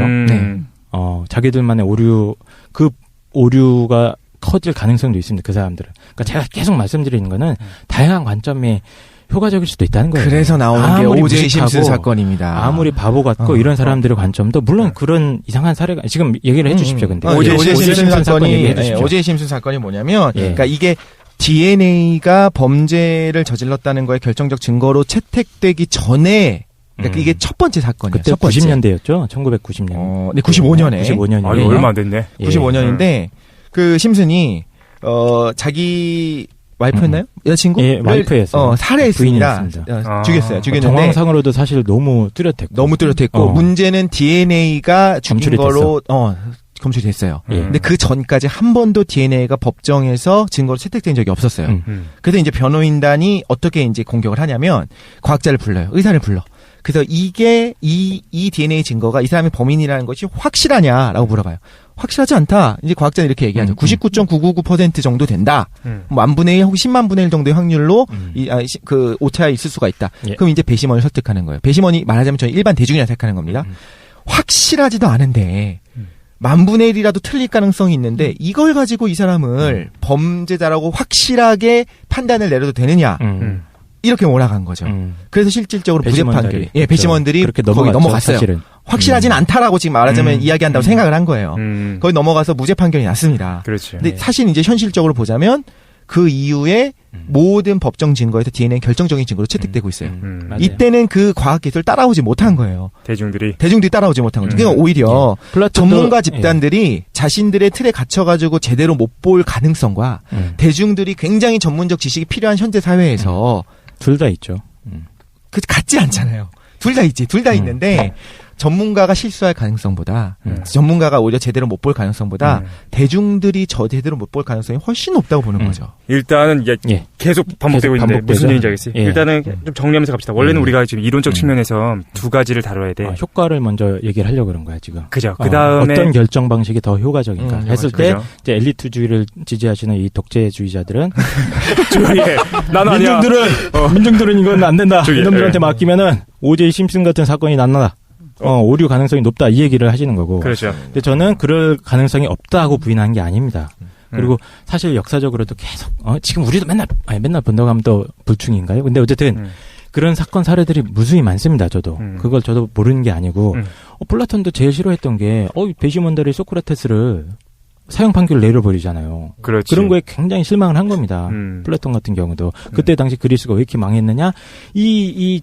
무지한 무지랭이들이 있다고 막 랜덤식으로 정책 결정을 내리니 이게 되냐? 이 얘기인데, 다시 한번 말씀드리지만, 저는 그 아주 이론적인 가정의 극단을 얘기를 하는 겁니다. 왜냐하면 철인 정치도 지금 이론적인 가정에 여러 가지를 붙인 거 아니에요. 그렇죠. 완벽한 철인의 이상적인 상황을 얘기를 하는 거라면 저도 이론적인 가정을 붙였을 때 대중들도 어느 정도 소양이 있고 충분히 개발될 수 있는 능력이 있다면 이 사람들의 의견을 원천적으로 차단하면 안 된다는 겁니다.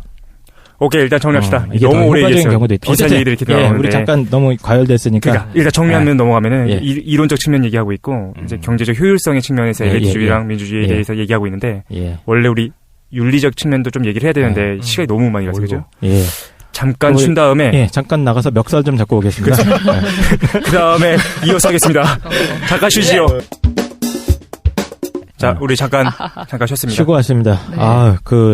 화해하고 왔어요. 다시 사랑 포옹을 하고. 왜 근데 아까 저 때렸잖아요. 눈에 멍이. 빨간 자국이 뭐야? 멱살 잡고. 야, 이론적인 얘기 그만해. 우리 다음 단계로 넘어가죠, 빨리. 우리 경제적 측면에 대해서 얘기했으니까. 효과의 측면에 대해서. 그러니까 이게 깡 선생이 얘기하고 싶은 건 그거야. 그거예요. 민주주의도. 억지스러울 수도 있겠죠, 그쵸, 제 얘기가. 그죠. 민주주의도 엘리트주의만큼 어떤 효과나 효율성이 있어서. 길게 봤을 때. 그렇죠. 그리고 엘리트주의가 만능은 아니다. 그렇지. 어쨌든 제 얘기는 그거고요. 윤리적 측면에서 말씀하시겠죠. 근데 보통 사실은, 그러니까 민주주의를 정당화하는 근거 중에 어떤 효과, 이게 민주주의가, 그 효과가 있으니까, 더 효과가 더 크니까, 좋다. 이런 논변보다 사실 가장 강력한 논변은 윤리적으로 정당화하는 겁니다. 그게 뭐냐면은 지금 소개를 해드린다면 일단 근데 이걸 여기서부터 시작을 해야 돼요. 그러니까 우리 인간 사회에서 가장 소중한 가치가 뭐냐 이렇게 했을 때 개인의 자유, 예를 들면 선택의 자유, 사상의 자유, 언론의 자유, 이런 것들이 있겠죠. 아니면 각 개인의 인권, 재산권, 생명권, 행복권 이런 것들이 있죠. 즉 이런 개인의 자유나 인권은 가장 소중한 가치다. 즉 이걸 돌려서 말하면 사회 전체의 행복과 맞짱을 떠도 꿀리지 않는 가치. 나는 재산권. 라고 우리가 이제 사실 현대 사회에서는 여기서부터 시작을 하잖아요. 현대 서구 사회, 근대 서구 사회는 그리고 우리가 그걸 받아들인 상황이고 사실 우리도 다 어느 정도가 아니라 거기 다 동의를 하는 상황이죠. 그렇죠. 잠깐만 좀 이해가 안 가요. 그러니까 사회가 사회라는 명목으로 개인한테 강요할 수 없는 것들이 있다. 그렇습니다. 그래서 이제 그걸 정리하면은 인권, 자유 이런 부분은 너무 소중하고 함부로 훼손해서는 안 된다라는 가치를 갖다가 공유한다고 한다면 과연 어느 체제가 엘리트주의 혹은 민주주의 중에 어느 게 더 자유와 인권을 보장해 주는데 효과적인가 하는 겁니다. 만약에 자유와 인권을 보장해야 된다는 전제 하에 키워진 엘리트라면? 그러니까 달라이라마 안에서의 자유가 내가 오늘날 현 정부 안에서의 자유보다 더 클 것 같아. 나는. 무슨 말이야? 그러니까 난 TV에 가서 내가 살고 있다. 그러면 나는 거기서 자유로운데. 그건 네가 거기에 빠져 있으니까 그렇지 그래? 근데 어쨌든. 근데 각 개인마다 성향이 다 다르잖아요. 박근혜 대통령께서 님께서 정권을 잡고 계신 한국 사회에서 누가 자유롭냐? 자유로운 사람도 있지. 김기춘. 야, 너 잘리겠습니다. 편집해서. 이 얘기가 근데 의미가 있는 게 저는 이렇게 생각을 해요. 각자 정말 무수히 많은 욕구가 있습니다. 되고 싶은 게 있고 취향이 완전히 다 달라. 그렇잖아요.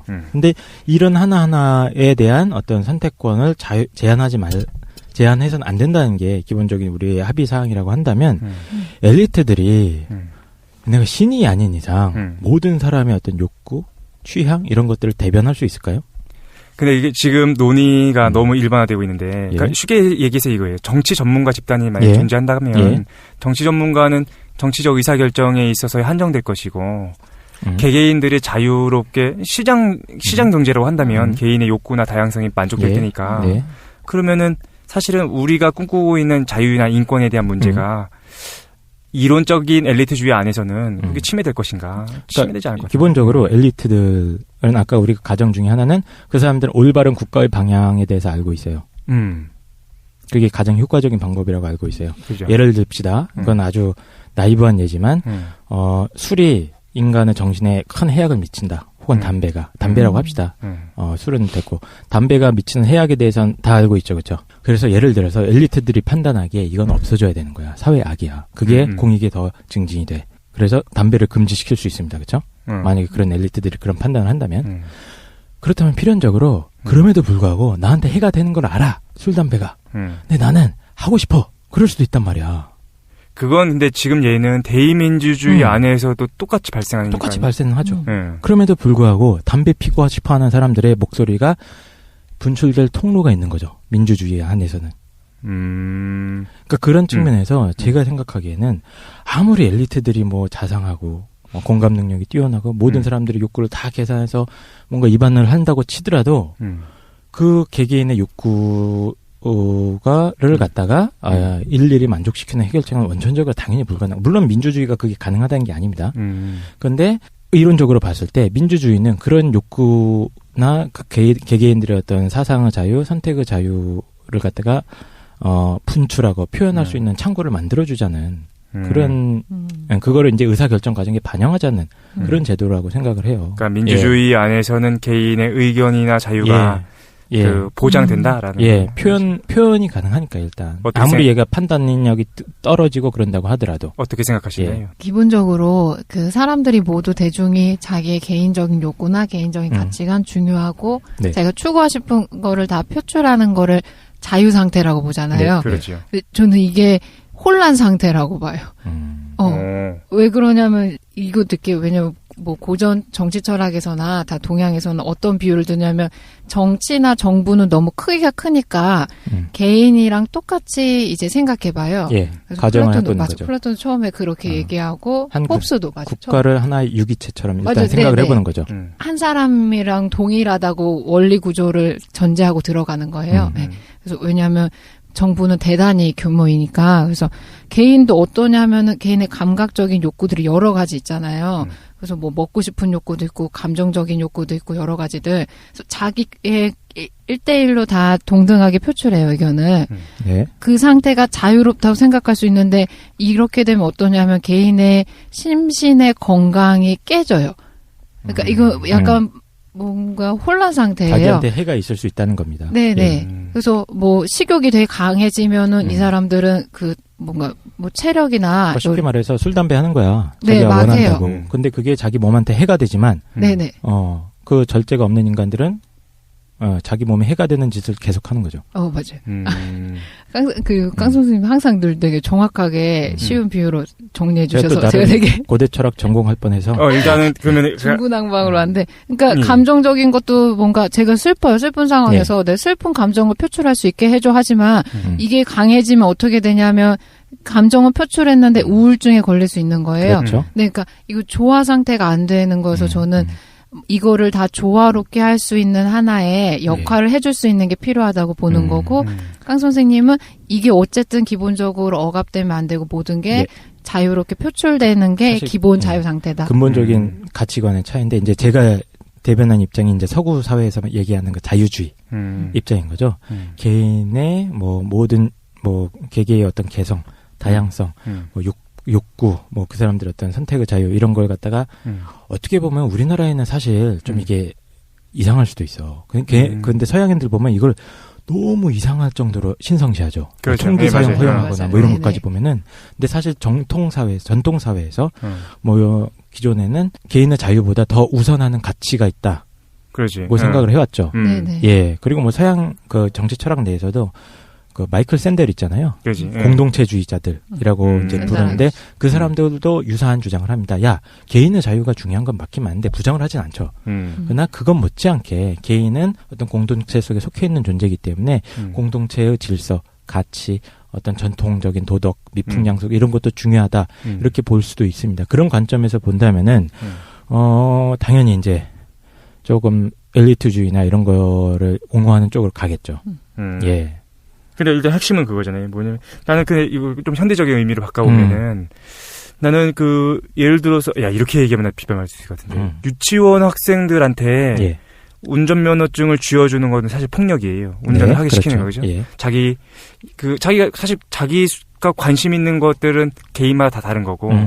그래서 현대 사회는 매우 전문화돼 있어요. 의사는 의사. 그리고 우리 개인이 살아가다 보면은 자기 전문적으로 하는 거에 모든 일상을 다 투자하고서도 내가 내 전문성을 달성하기 너무 어려운 현실인 거야. 그렇죠. 근데 왜 정치만은 별로 관심이 없는 무수히 많은 사람들한테 모두가 한 표가 필요하다라면서 그걸 굳이 우리 손에 쥐어주느냐는 거죠. 왜 그러냐면 그게 없으면 최 사장의 자유가 억압될 위험이 높아지기 때문에. 그래서 지금 현실은 어떻게 되냐. 그래서 사실은 정치의 전문가들이 아닌데도 불구하고 모든 사람들이 1인 1표씩을 갖고 있어서 지금 어떻게 됐냐는 거죠. 자신의 이익을 대변하지도 못한 상황이고. 지금 현실 얘기로 굳이 넘어오려면. 그러네. 너무 다음 시간에. 제가 이깁니다, 이거는. 왕정시대와 민주주의 시대를 한번 비교해볼까요? 너 임마 곤장 맞고 쫓겨나서 벌써. 그래서 달라이라마로 하면. 지금 그 말씀하셨던 거 들으면. 논점의 핵심이 뭐냐면 다시 한번. 그 자유나 인권을 우리가 우선하는 가치로 친다면 거기에 대한 근본적인 공격이 일단 들어왔어요. 김도희님께서. 근데 그것도 저도 인정을 합니다만 만약에 개인의 자유와 인권 보장 차원에서 엘리트주의를 어떻게 옹호할 수 있죠? 엘리트가 알아서 할 거다. 이거를. 엘리트주의가 왜 자유와 인권을 침해할 그건 이제 현실적인 문제로 왔을 때 독재가 발생하고 그 정치적으로 자신들의 권한을 유지하기 위해서 대중들을 억압하기 시작할 때 현실적인 문제에서 발생하는 거지. 엘리트는 기본적으로 자기들이 올바른 방향을 인식할 수 있는 사람들이잖아요. 그렇죠. 정치에 있어서. 예. 그러니까 예를 들어 달라이라마 인식하지 못하는 사람들도 있잖아요. 달라이라마 사람들이 그게 싫어. 난 그 방향이 싫어. 난 술 먹고 담배 피고 싶어.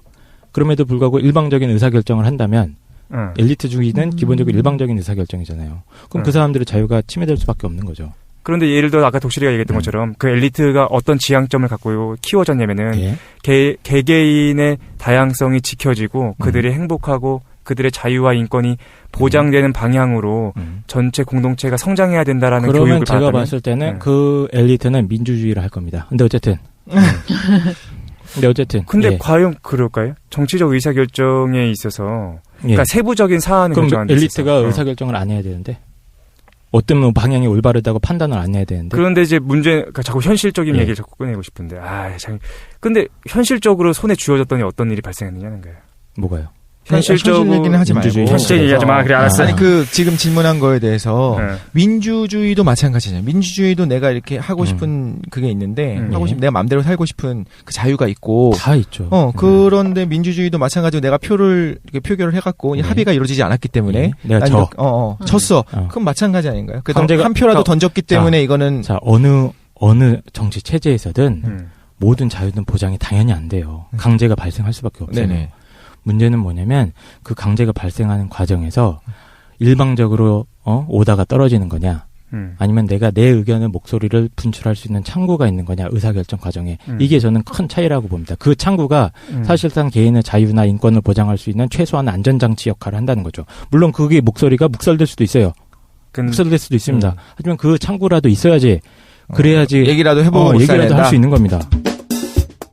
근데 소수의 견해를 묵살시키기 더 쉬운 체제는 민주주의일 수도 있는 거 아니에요? 이론적으로. 저도 그렇게 생각합니다. 토크빌 같은 경우에도 네. 얘기하는데, 그러니까 다수의 민주주의는 다수의 독재로 변형되기 매우 쉽게끔 조직화돼 있고, 왜냐면은 결과적으로 공공의 이익, 그러니까 사실 다수의 이익이죠. 다수의 이익을 대변하는 게 민주주의다 보니까 결과적으로는 소수의 인권이나 소수의 자유가 침해될 수 있는 거 아니냐고요. 예를 들어서 이성애가 정상적인 사회에서 민주적 결정은 항상 동성애자들을 배제하는 방식으로 이루어질 텐데, 그러면은 그거는 근데 만약에 엘리트가 있어, 엘리트가 있어서 소수의 견해에 귀 기울이려고 하는 엘리트가 있다고 한다면. 그러면 다수가 반대하더라도 동성애자들의 인권을 보장하려고 할 수도 있지 않겠는가라는 거야. 저도 그렇게 생각합니다. 그러면은 그 상황에서는 또 그 동성애를 싫어하는 사람들이, 동성애 싫어하는 사람들이 침해당한다. 그러니까 얘기의 핵심은 뭐냐면 엘리트주의든 민주주의든 둘 다 강제는 발생을 해요. 그죠. 그러니까 엘리트주의는 아무리 위대한 통치자가 나와서 모든 자유를 그건 말이 안 된다니까. 그 사람도 어쨌든 결정을 해야 됩니다. 누군가를 희생시키는 결정을 해야 돼요. 그러니까 엘리트주의도 다수가 모여 있는 사람들은 항상 무슨 결정을 하냐면은 다수가 이익이 되는 방향, 이익의 방향으로만 결정하겠지만 만약에 도덕적인 엘리트가 존재한다고 한다면 그 엘리트는 다수의 이익을 발생시키지 않겠지만 정의로운 걸 선택할 수 있는 정의로운 결정을 선택할 수도 있겠고. 그렇지. 그러니까 윤리적인 측면에서 적어도 엘리트주의가 민주주의보다 더 부족하다라고 얘기할 수도 없겠다라는. 전 윤리적인 측면에서 오히려 더 그럴 것 같고 깡 선생님의 말은 근데 나 되게 힘들다. 이 독재 옹호자들이랑 싸우려니까. 깡 선생님 말은 이게 더 효율적일 수도 있고 이게 옳을 수도 있지만 아무튼 간에 목소리를 낼 수 있는 창구가 있느냐 없느냐 이건 것 같아요. 그렇죠. 의사결정을 내가 묵살당해도 되니까 그것 때문에 민주주의가 옹호를 받는 거고요. 지금 국회의 소수 정당들이 아무리 목소리를 내면 뭐예요? 자, 이거 얘기를 해봅시다. 이제 다수 형법 문제를 계속 얘기를 하시는데 그 민주주의에서는 소수 집단이 물론 투표를 하면 지겠죠. 항상 투표를 하면 지겠죠. 항상 지겠죠. 그렇다고 해도 이 사람들이 목소리를 냅니다. 10년째 쳐왔죠. 자, 10년째 얘기를 합니다. 그렇다고 해서 현실적으로도 봤을 때 소수 집단의 목소리가 왜 항상 지는 것처럼 보일 수도 있어요. 뭐 맨날 지잖아요, 우리. 투표하면 지고 다수 집단도 복지 안 되잖아요, 맨날. 우리가 원하는 그런 거 계속 안 되고 있잖아요. 그러나 이 사람들의 목소리가 소수 집단의 목소리가 아예 원천적으로 표출이 되지 않는. 자, 그럼 북한이랑 비교를 해봐. 아니 왜 표출이 안 돼요? 왜 표출이 안 돼? 아니 엘리트주의자들 앞에 가서 판단은 그 사람들이 내지만 그 사람들한테 얘기할 수 있잖아. 그러니까 왕 앞에 가서 나 이런 억울한 일을 그 사람들의 판단에 모든 게 달려 있는 거잖아요. 자기가 자기 목소리를 낼 수 있을지 없을지는 그 사람들이 결정하는 거라고요. 목소리는 다 낼 수 있고 북한이라니까. 그러니까 목소리는 다 낼 수 있고 판단을 결국에 할 때 합의가 이루어지지 않으면 최종적으로 어떻게 하냐면 엘리트주의자들은 엘리트들이 판단하는 거고 결국엔 이게 안 이루어졌을 때 그 서로의 어떤 가치가 충돌을 하고 있을 때 결국에 민주주의에선 다수결을 하게 되잖아요. 그렇지. 네, 다수결을 하죠. 그걸로 인해서 우리가 뭔가 강제가 발생하겠죠. 그때는 대부분 다수의 이익이 이길 거다. 거죠. 그러니까 다수의 이익이 이길 거다. 아까 전에 우리가 이기겠죠. 이제 폭력적인 다툼으로 번질 뻔했던 예 중에 하나가 그거였죠. 네, 뭐냐면은 현실적으로 자본가와 노동자들이 존재하고 있는 사회에서 노동자가 99고 자본가 노동자로 하지 말고 99대 1이라고 합시다. 가상의 상황에서. 그럼 동성애 좋은 것 같아요. 동성애 1, 거니까. 그 다음에 이성애 99. 이성애자들은 다 기독교인들이야. 왜 그래? 그랬을 경우에 동성애를 합법화하는 법안이 발생할 수도 있겠느냐는 거지. 사실상 어렵다. 불가능하죠. 자, 일단 그 부분에 있어서는 이렇게 계속 제가 대답을 할게요. 소수 집단의 목소리가 그 1대 99의 상황에서도 동성애자들도 계속 얘기를 할 수 있습니다. 자기 의견을 개진을 할 수 있어요. 얘기만 할 수 있겠죠. 자기 대표자를 낼 수도 있고 투표에서 질 수도 있겠죠. 근데 우리가 자꾸 계속 얘기를 하는 게 민주주의의 중요한 원칙 중 하나는 서로 타협과 양보입니다. 자, 1대 99라고 해도 그럼 야 민주주의 우리 99가 1을 갖다가 너희는 우리 사회에서 추방해라.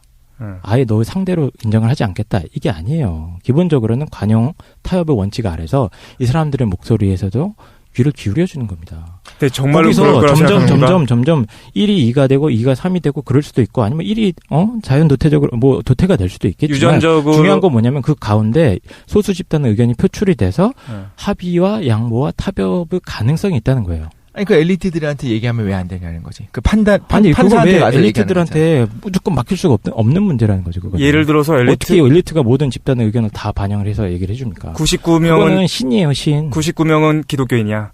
그래서 그 이성애만이 정상적이라고 생각해요. 1%는 유전적으로 100명 중에 1명만 동성애가 발생해. 그래서 그들은 항상 1이야. 그래서 더 늘어날 확률은 없어요. 그랬을 경우에 만약에 정의로운 엘리트라면 그 다음에 전체 동성애가 이론적으로 봤을 때 정당하다고 생각하는 엘리트라고 한다면 동성애를 합법화시킬 거예요. 하지만 민주주의 사회라고 한다면 그래서 효율적일 수 있겠죠. 그죠. 민주주의 사회에서는 절대 그런 일이 발생하지 않을 거고. 그거는 저는 굉장히 잘못된 생각이라고 기독교인들이 자신들의 그런 이념적인 걸 버려가면서 99명이 이거는 이념이 들어가 있으니까 중요한 거 같아요. 그렇죠. 그 일의 생각을 동의해 줄 거다.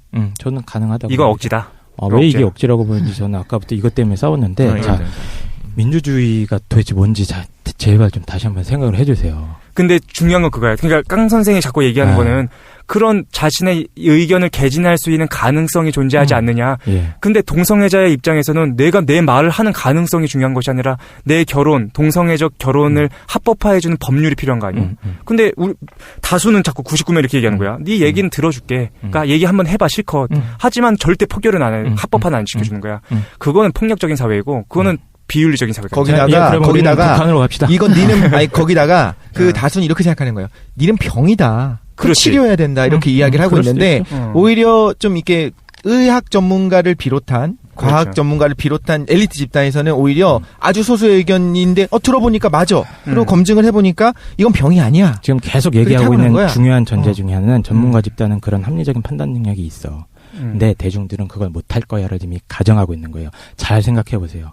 왜 그런 자꾸 생각을 하냐면 대중들은 그렇게 합리적으로 병이 아니야라던가 이런 사람들의 권리를 존중해야 된다거나 정의가 중요하다, 어떤 사회 정의 차원에서 소수를 존중해야 된다거나 이런 생각을 할 능력이 없다고 지금 전제를 하는 거라고요. 그런데 이제 민주주의에서 기본적인 민주주의에 있는 사람들의 시민들의 기본적인 덕목은 사실 도덕성이 굳이 필요하지 않아요. 뭐냐면 자신의 합리성, 자기가 유리한 방향으로 개념 규정을 하지 마시고 그거에 대해서 논란의 여지가 있다는 걸 생각을 해주시고요. 그런데 99명이 어떤 도덕적 성향을 갖고 있냐면은 기독교, 그러니까 일부 일처제와 이성애가 옳다라는 도덕적 성향을 갖고 있다고 한다면, 아니 그 사람들도 자기가 기독교인이고 내 신념은 그거야. 하지만 그 사람들은 자유주의 입장의 철학을 가질 수도 있는 거예요. 그건 우리가 그 사람들은 그렇게 생각 못할 거다라고 이미 가정을 하고 있잖아요. 아니 그래서 동성애자들을 다 추방하자 이게 아니라 아이고 너무 불쌍하다 해요. 지금 계몽의 대상으로 생각하고 있다니까. 그러면 그럴 수도 있겠죠. 근데 어쨌든 간에 둘이 합의는 하는 겁니다. 야 너네 결혼은 못해도 결혼 우리는 해결해 줄 수 없어. 하지만 추방은 하지 않을게. 그게 시간이 지나면은 허용해 주는 나라들도 생기고 있죠. 지금 기독교 국가에서들도. 그게 왜 그렇습니까? 그 엘리트는 왜 문제가 되냐고요. 그게 왜 그렇습니까? 엘리트주의는 왜 나빠요? 여기서? 엘리트주의가 제가 지금 계속 얘기를 한다는 거는 그런 소수 집단의 의견이 개진될 수 있는 기회가 없다는 거예요. 계속. 아니 계속 얘기하잖아요. 이 의견을 제시한다니까. 아니, 그러니까 우리가 억울한 일을 당했을 때 자력구제를 하지 않고 이 사람들이 구조적으로 자기 의견을 개진할 수가 없어요. 아니 왜 못해요? 아니 자력구제를 못하지만 우리가 판사가 결국에는 판단을 하지만 우리 계속 가서 우리가 개념의 혼동입니다. 지금 아니 법률 전문가한테 가서 지금 혼동을 하시는 거예요. 이제 의사결정 과정에서 여러분 모르겠지만 이거 오전에 이걸로 주먹질이 왔다 갔다 하고 아니 판사 앞에 가서 나는 억울하다 이러면서 뭐 증인들 끌어와서 그러니까 최종 판단은 판사가 하지만 그것을 내가 말한 주장에 대한 근거들을 계속 갖고 와서 의견 개진하고 반대쪽에서 의견 개진하고 근데 그 판단을 배심원이 아니라 말하자면 판사가 하는 거죠. 제 생각에는 배심원들이 판단하는 것을 민주주의라고 보고 판사 그 법률 전문가인 판사가 판단하는 것을 거기에다 완전한 권한을 주는 것을 엘리트주의라고 생각을 하거든요. 맞죠, 그죠. 일단은 봅시다, 정리합시다. 여기 시간이 너무 많이 가가지고. 해봅시다. 그래서 우리가 여러분들 혼동스러울 수도 있겠지만 그러니까 일단 지금 반대편들은 독재를 할 경우에 여러분들의 자유와 행복이 더 잘 보장될 수 있다고 주장하는 사람들이 있습니다. 독재로 바꿔 엘리트주의를. 선거 같아 막 자기 어필하고. 일단 잘 기억해 주십시오. 이름 밝힐 뻔했어. 최사장 독실이 이 두 사람은. 알았어요. 잠깐만. 일단 정리할게요. 시간이 너무 많이 가가지고. 시간 좀 더 있었으면 좋았을 것 같은데. 아침에 가네. 우리가 싸우느냐고 녹음을 좀 늦게 했어. 늦게 했습니다. 우리 몇 가지 쟁점이 더 있는데. 그러니까 이거 했었어야 되는데 현실적인 걸 좀 했어야 되는데. 일단 이론적인 측면에서만 논의를 좀 전개했는데 크게 사실 이걸 다음 시간에 조금 더 얘기를 하고 시작하는 것도 좋을 것 같고요. 어쨌든 정리하면 이론적 측면에서 경제적 측면 그리고 윤리적 측면으로 엘리트주의랑 민주주의에 대해서 우리가 논쟁을 했습니다. 논쟁을 하고 있습니다. 경제적 측면에서 핵심이 됐던 거는 어떤 의사결정이 효율성인가에 대한 얘기를 했는데 일단 깡 선생의 입장은 민주주의가 엘리트주의만큼 효율적일 수도 있다 정도로 우리 정리해 볼 수 있었고 두 번째 우리가 윤리적 측면에서 논쟁을 했어요. 근데 이제 독실이나 저의 입장에 있어서는 엘리트주의, 그다음에 이제 김도인도 포함되어 있는데 김도인은 계속 중립적인 입장이라서 그 엘리트주의 역시 윤리적인 측면에서 자유와 인권을 더 보장해 줄 수도 있지 않겠는가에 대해서 서로 얘기를 했습니다.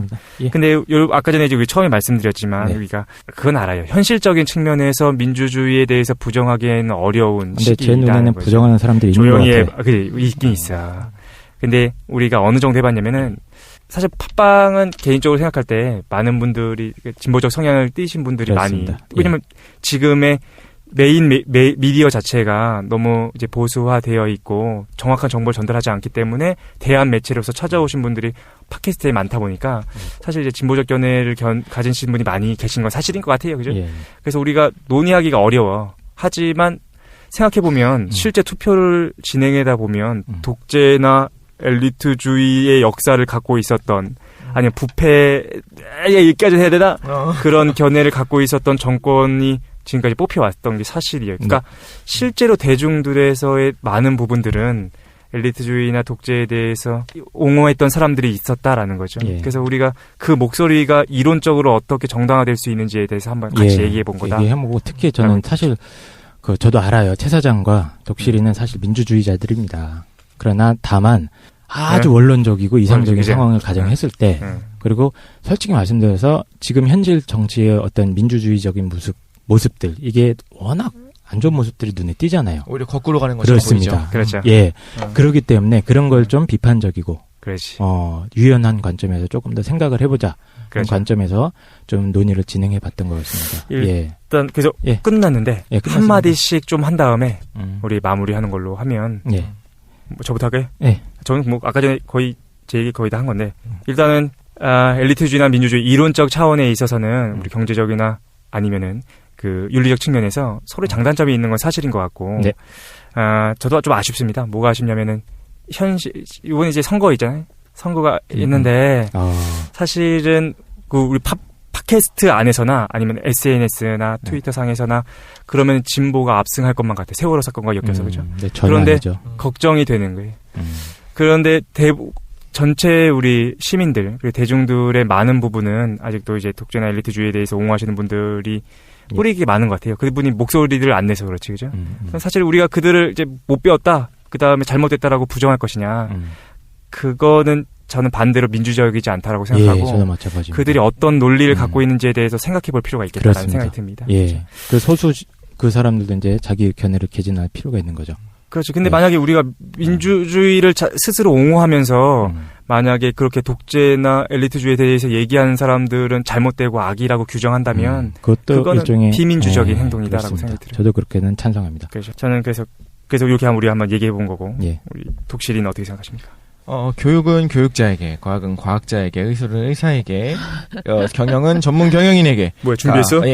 선거로 뽑지 않죠. 그리고 전 공공 정책도 정책 전문가에게, 철인에게 맡기는 게 좋다라고 개인적으로 생각하는데, 근데 이제 결론을 얘기하는 거니까. 그런데 사실상 저는 그런 사람들이 철인이라고 하지만 있다고 하더라도 부패할 가능성이 99.999%라고 봐요. 그래서 현실에서는 그래서 그러니까 안 되는 거지. 예를 들면 뭐 친이를 한다든가 남로당이었다든가 시바스리가를 좋아한다든가 여자를 좋아한다든가 이런 부패의 가능성이 편집하겠습니다.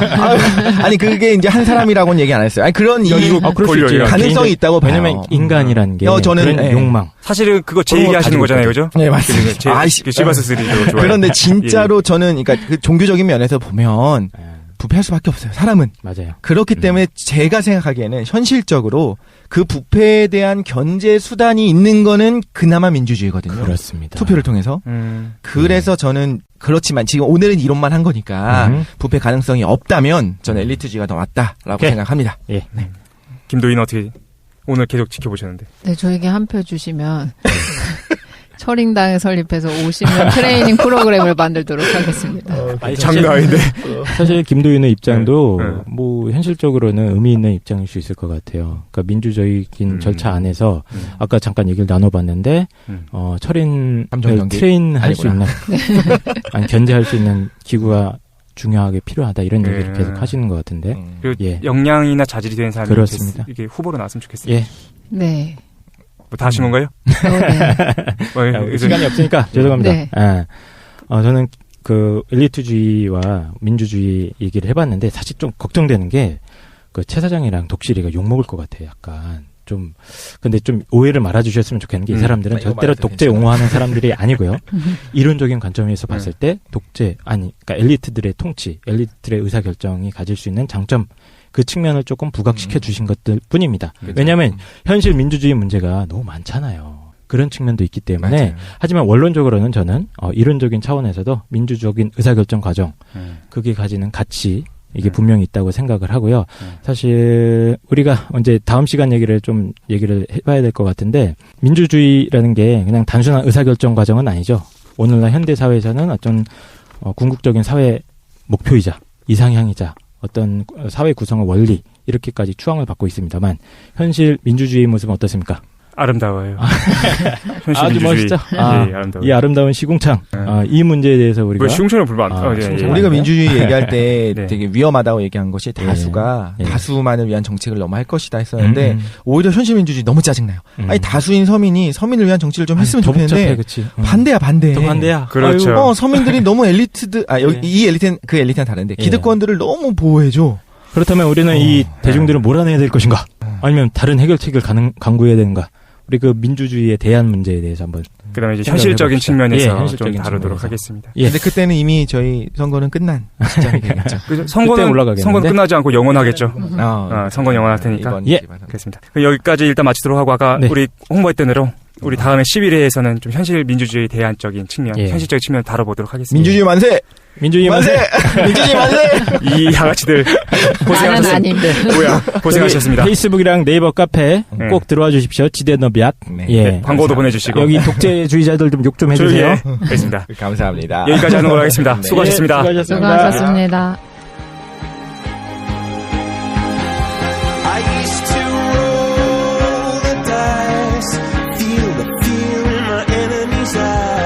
Listen as the crowd